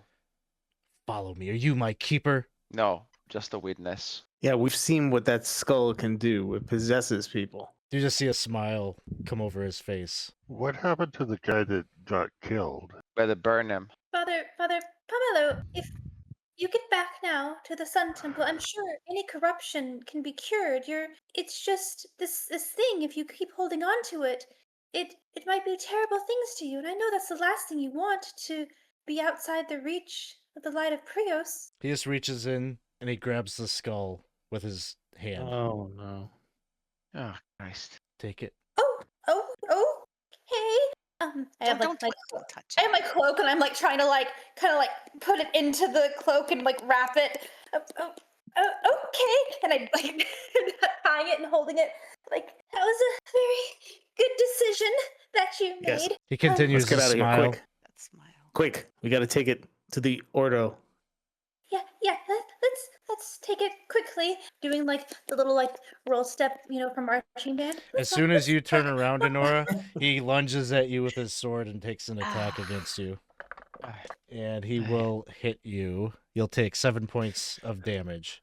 Oof. Let's just resume the same initiative order as I Okay. follow through like what your reactions to all this is. But let's see. Yeah, but Bumelo has stepped up. And hey, thank you for the follow, William Darkstar. Thanks for hanging out with us. Appreciate you being here. Hey, Tux, I didn't see you sneak in here as well. All right, so we start things off with Dario. All right. Longbow it is. I'm targeting, of course, Palmello. 14 to hit. Misses. Unlike the other Black Cloaks, Bumelo is armed. Like, he's pretty armored. All right, that's my turn. Anora. I turn around, very discombobulated, and just like shoot the firebolt at his direction, but a little again discombobulated here with. It'll be at disadvantage. Okay. I don't so think I'll do it won't matter. It won't hit him. It doesn't hit him anyways. Yeah.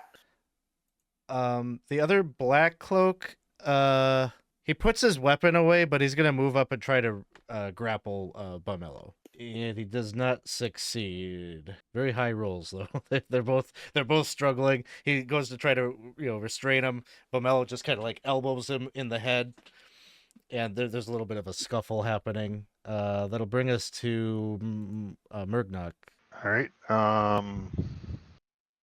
I guess I will start stabby him with my fencing sword. We don't have advantage anymore, right? No. And your concentration's gone. Yeah, because On bless? Yeah, I think so. Because I got hit, so it should be probably. I didn't do a roll for it.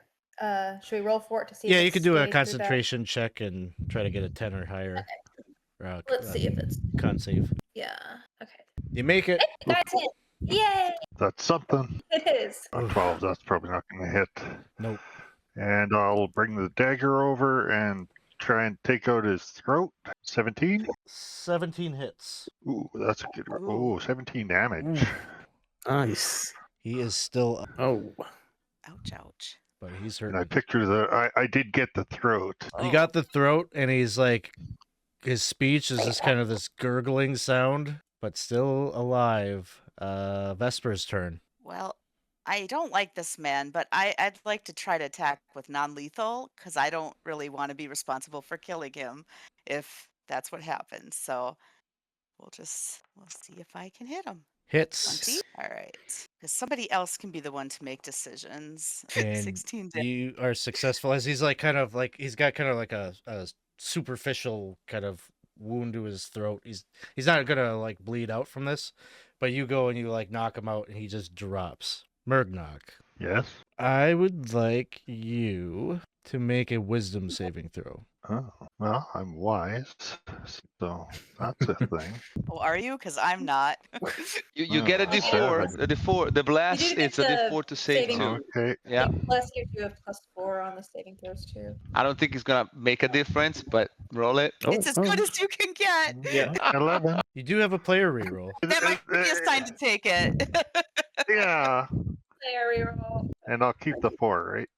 You keep the 4, you'll reroll the d20. Yeah. There we Oh, go. that's better. That's much Yeah. better. 20. You have like some pretty grim, dark thoughts for but a split second. Dario, make a wisdom saving throw. No. Oh, that's not my forte. Why is it not? I'm hitting the saving throw thing and it's not anyway. Whoops. Okay. Can somebody roll it for me there? You wanna My roll? keyboard is. Here you go. Here's a d20. And that's a -1, so 14. All right.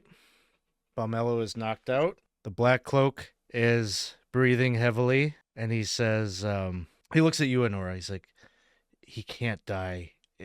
Can you stabilize him? And I can do that. Yes. Hold on. You see Dario, the blood dripping down his leg, and Oh, this is not good. All right. So yeah, he has now been spared, right? Do I have to do anything else? I Nope. think so. Okay. Yep. And Dario, are you also in need of healing? I'm pretty. You're pretty hurt. Okay. Yeah, I can help you too. Hold on. And then I'll come over. Oh, where is my healing touch? It has disappeared. Where'd it go? Well, I don't. Oh, there it is. Healing word. Here you go. Healing. Sorry.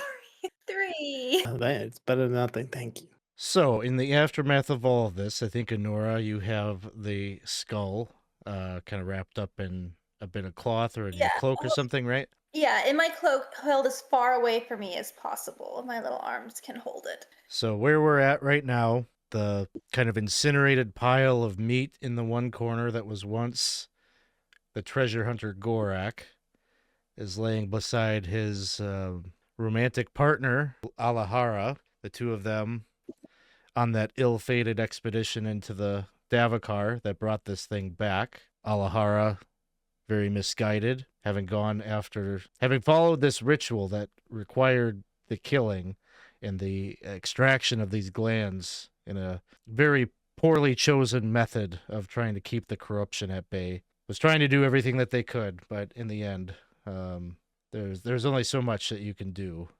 against keeping such darkness at bay. And then we have Bumello. Something transpired there. There was a very distinct change in Bumello. Maybe it was because of the corruption from the Blight Beast. Maybe it was from the skull.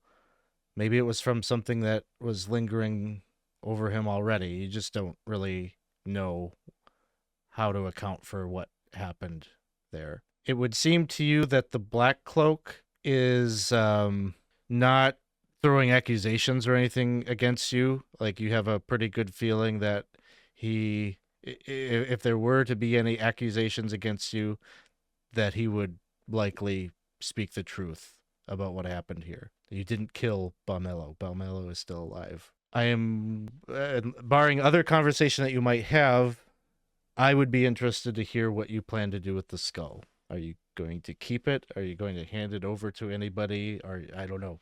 Whatever your plans for the skull are, that might be a topic of conversation for the party. Yeah. I think Val It's is not going to gonna ask be holding Anora a what she's going to skull. do.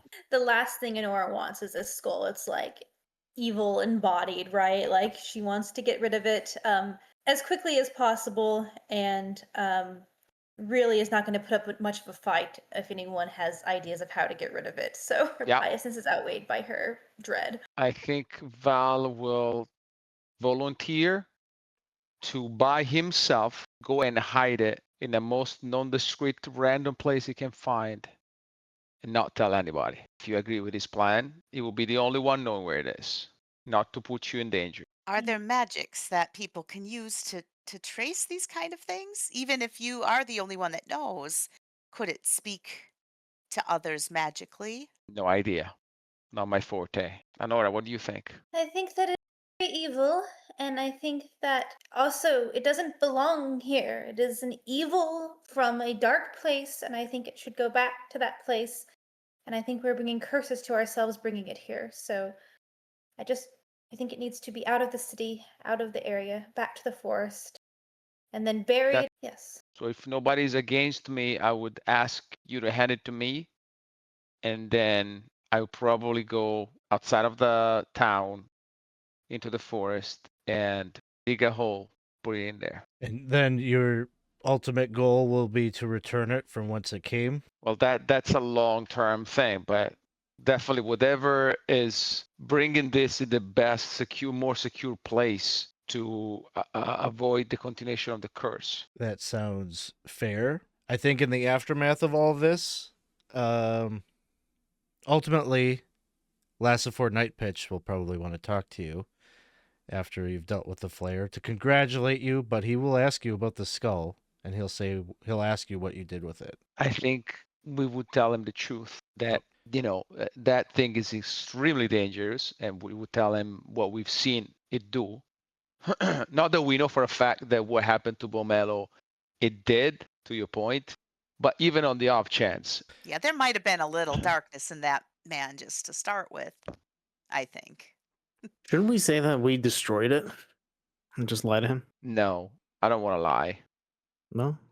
Because then if it is ever found, people would have it on their radar to know what to do about it. Maybe that should be researched or something, how to break that curse. Just in case. Truth would be better. And burying it seems like a waste. Perhaps we could learn from it. I don't think I'm strong enough to learn from something like that. It seems to take a Oh, lot to resist. maybe somebody smarter than us. They all think they're smarter than us, though. Look at Father Pomelo. He is, I'm sure, a very learned man, and it turned him so quickly. I don't know how learned that guy really is. Or was. No, is. He's still alive. He's still alive. alive. Probably at some point, I think Anora would be the one that would maybe get some news about his condition. He will have recovered. I don't know, Anora, would you at any point go and have a conversation with him or talk to him? Go talk to him and see that he's recovered and is back to his normal condition. He is normal. He's, pretty straight with his words and intention and such, but he'll probably ask you about the skull. What did you do with it? That thing is pure evil. It spoke to me. Oh, what did it say? It said that it was a king, Symbaroum king, that I was to be his vessel. Oh, no. Well, you He don't wanted- have to worry about it. He wanted What does me he want to do? He wanted me to take the skull. He wanted me to get away from you all, to get alone with it until What did he want you to do when suddenly you were alone? my thoughts were not my own. I don't remember us fighting. You were confused, and we just made sure that you just couldn't hurt anyone else. No, But I wasn't confused. That's what I'm telling you. It wasn't me that you were fighting. was this king, Yes, I think so. was he an elf king, or what kind of king was he? One of the old Symbaroum kings, civilization from before Ambrians, before humans. You need to destroy that thing. Oh, I agree. It's I don't know. I gave it to someone to take back to the forest to destroy, to get rid of. I don't know what they did with it when they took it there, but get it out of Ambria. That seems safest, to take it back to evil where it came from. It might be best. There's some darkness that even Prios can't dispel. Some things need to be long buried and forgotten. Dark things in that forest, do you think? You are young, your light is untainted. That place will change you, child. But the sooner that you learn to temper the dark with the light, the better. Well, I am glad to see you're recovered and are no longer under the influence of whatever that was. And we will continue to pray for you. And we thank you for helping us defeat whatever that was that we were fighting in there. Those poor people. As you leave Pomelo, he's going to be on bed rest for quite some time. He's very critically injured from mostly from the blight beast and the attacks that he took from that and the corruption. They're trying to treat all of that with him and keep him under review, especially given the possession that he went under. It sounds like you're going to be up front with Nightpitch, and his assessment is he's going to want to sponsor you. He will say he wants that skull out of the town, not just out of the town, but he wants it returned. It has caused a lot of problems in Thistle Hold. It has caused a lot of unrest. And if there's one thing that Mayor Nightpitch wants, it's stability in Thistle Hold. And his reputation attests to that. He walks a very fine political line amongst all of the different factions, and all the different factions are pretty upset about the skull and everything about it. And he wants to be able to tell a solid story that it has been resolved and dealt with and is over. And he thinks the best way is for you to have you all kind of a bit on public display going on this expedition. So he can kind of sell that, like, yep, it's been resolved. These fine folk are going to take care of it, and he's going to pay you for that. That will bring us to the next chapter of the adventure. One way or another, the next chapter of the story kind of involves you going back to the place where Gorak's expedition went. The skull is one such reason that you might go back, and so that seems like where our story is taking us is the return of the skull. So that's kind of perfect. Any loose ends that we didn't cover or need to talk about? I guess the whole thing about the Iron Pact to us, it's remained unsolved, and that's all right. But I think something to think about. We don't know. That is absolutely true. Probably best you can guess. So the idea that the killer was an elf has now been diffused, but who the elf was, I think the only thing that you know is that they had a relationship with Vernum. And at this point, it probably seems like Vernum maybe was an Iron Pact sympathizer, if not directly a part of their organization. So there is something there that I don't know. It might come up in a future story because there wouldn't be too many humans that probably would consider themselves a part of the Iron Pact. Well, and it might be nice to find who that really old dead body was, just in case they had family or friends, because they weren't part of the initial murder investigations, right? So if you dig into that, like if you start to like kind of sleuth backwards, you're going to realize that there were other killings prior to the Flayer killings. Those killings were Gorak directly, and were not. I don't think that ever really came up that there were other killings leading up to the Flayer killings, but this body would have been one of them that afterwards would have been flayed for the skin to start the initial chain of. Okay, so if we're done talking about like story stuff, let me tell you about how messed up this story is the way it's written. So first thing is Bomello in the original story is not Bomello. Bomello is a member of some cult that is shapeshifted into Bomello. So there's like a shapeshifting thing with this other thing that's like super complicated that's like, why? Wow. So second thing is Alahara in the original is a changeling. So then I'm like, Okay. why does a changeling need to do... Right. Like, why does she need this? She can just change anyway. So I'm like, they're just a human. Yeah. I feel like there's a third detail that was like needed to be changed because it's just like, why? I don't remember what it was. Man, they're all shapeshifters. Everything's this a whole freaking shapeshifter. town is a shape. I trust no one. Right? Mhm. No, you made the right call. Because that way it's a fun mystery without it being like, Weird. yeah, like, yeah, it's impossible.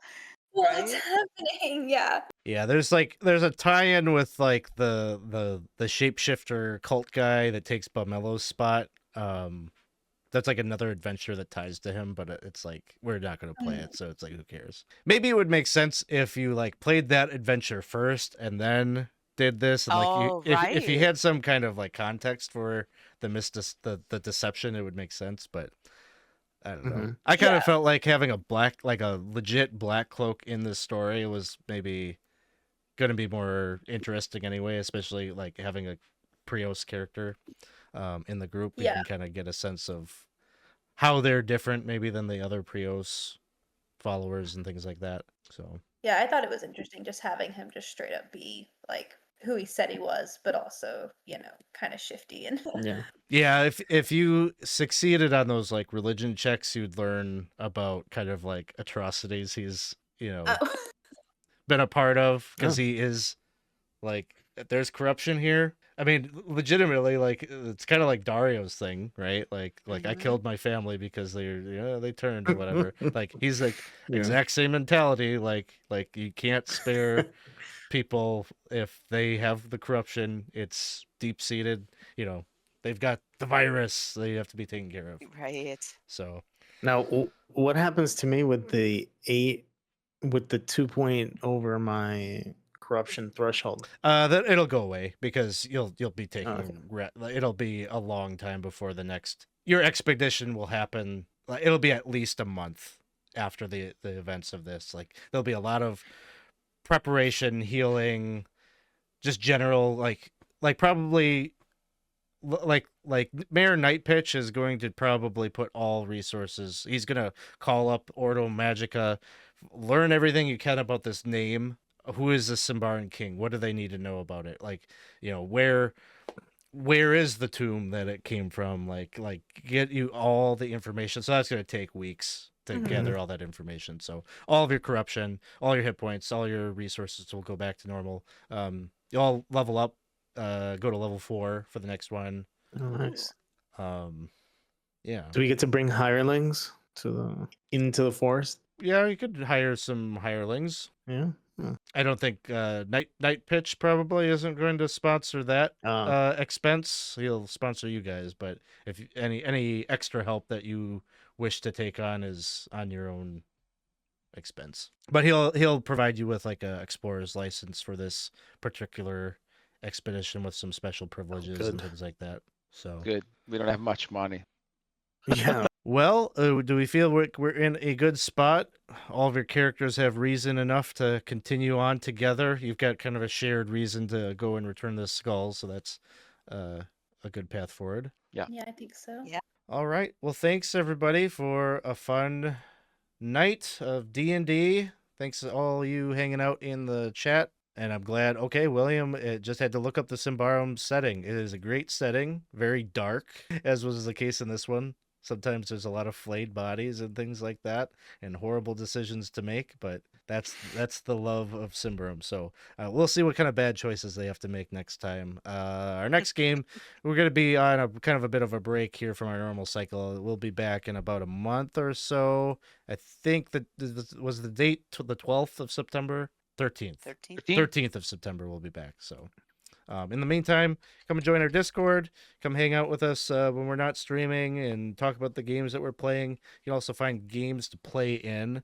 Last night we played a game of Caverns of Thracia, which I have open to the community at large. It's a 5e game. You can jump in the Discord and let us know you're interested in that. I can get you in.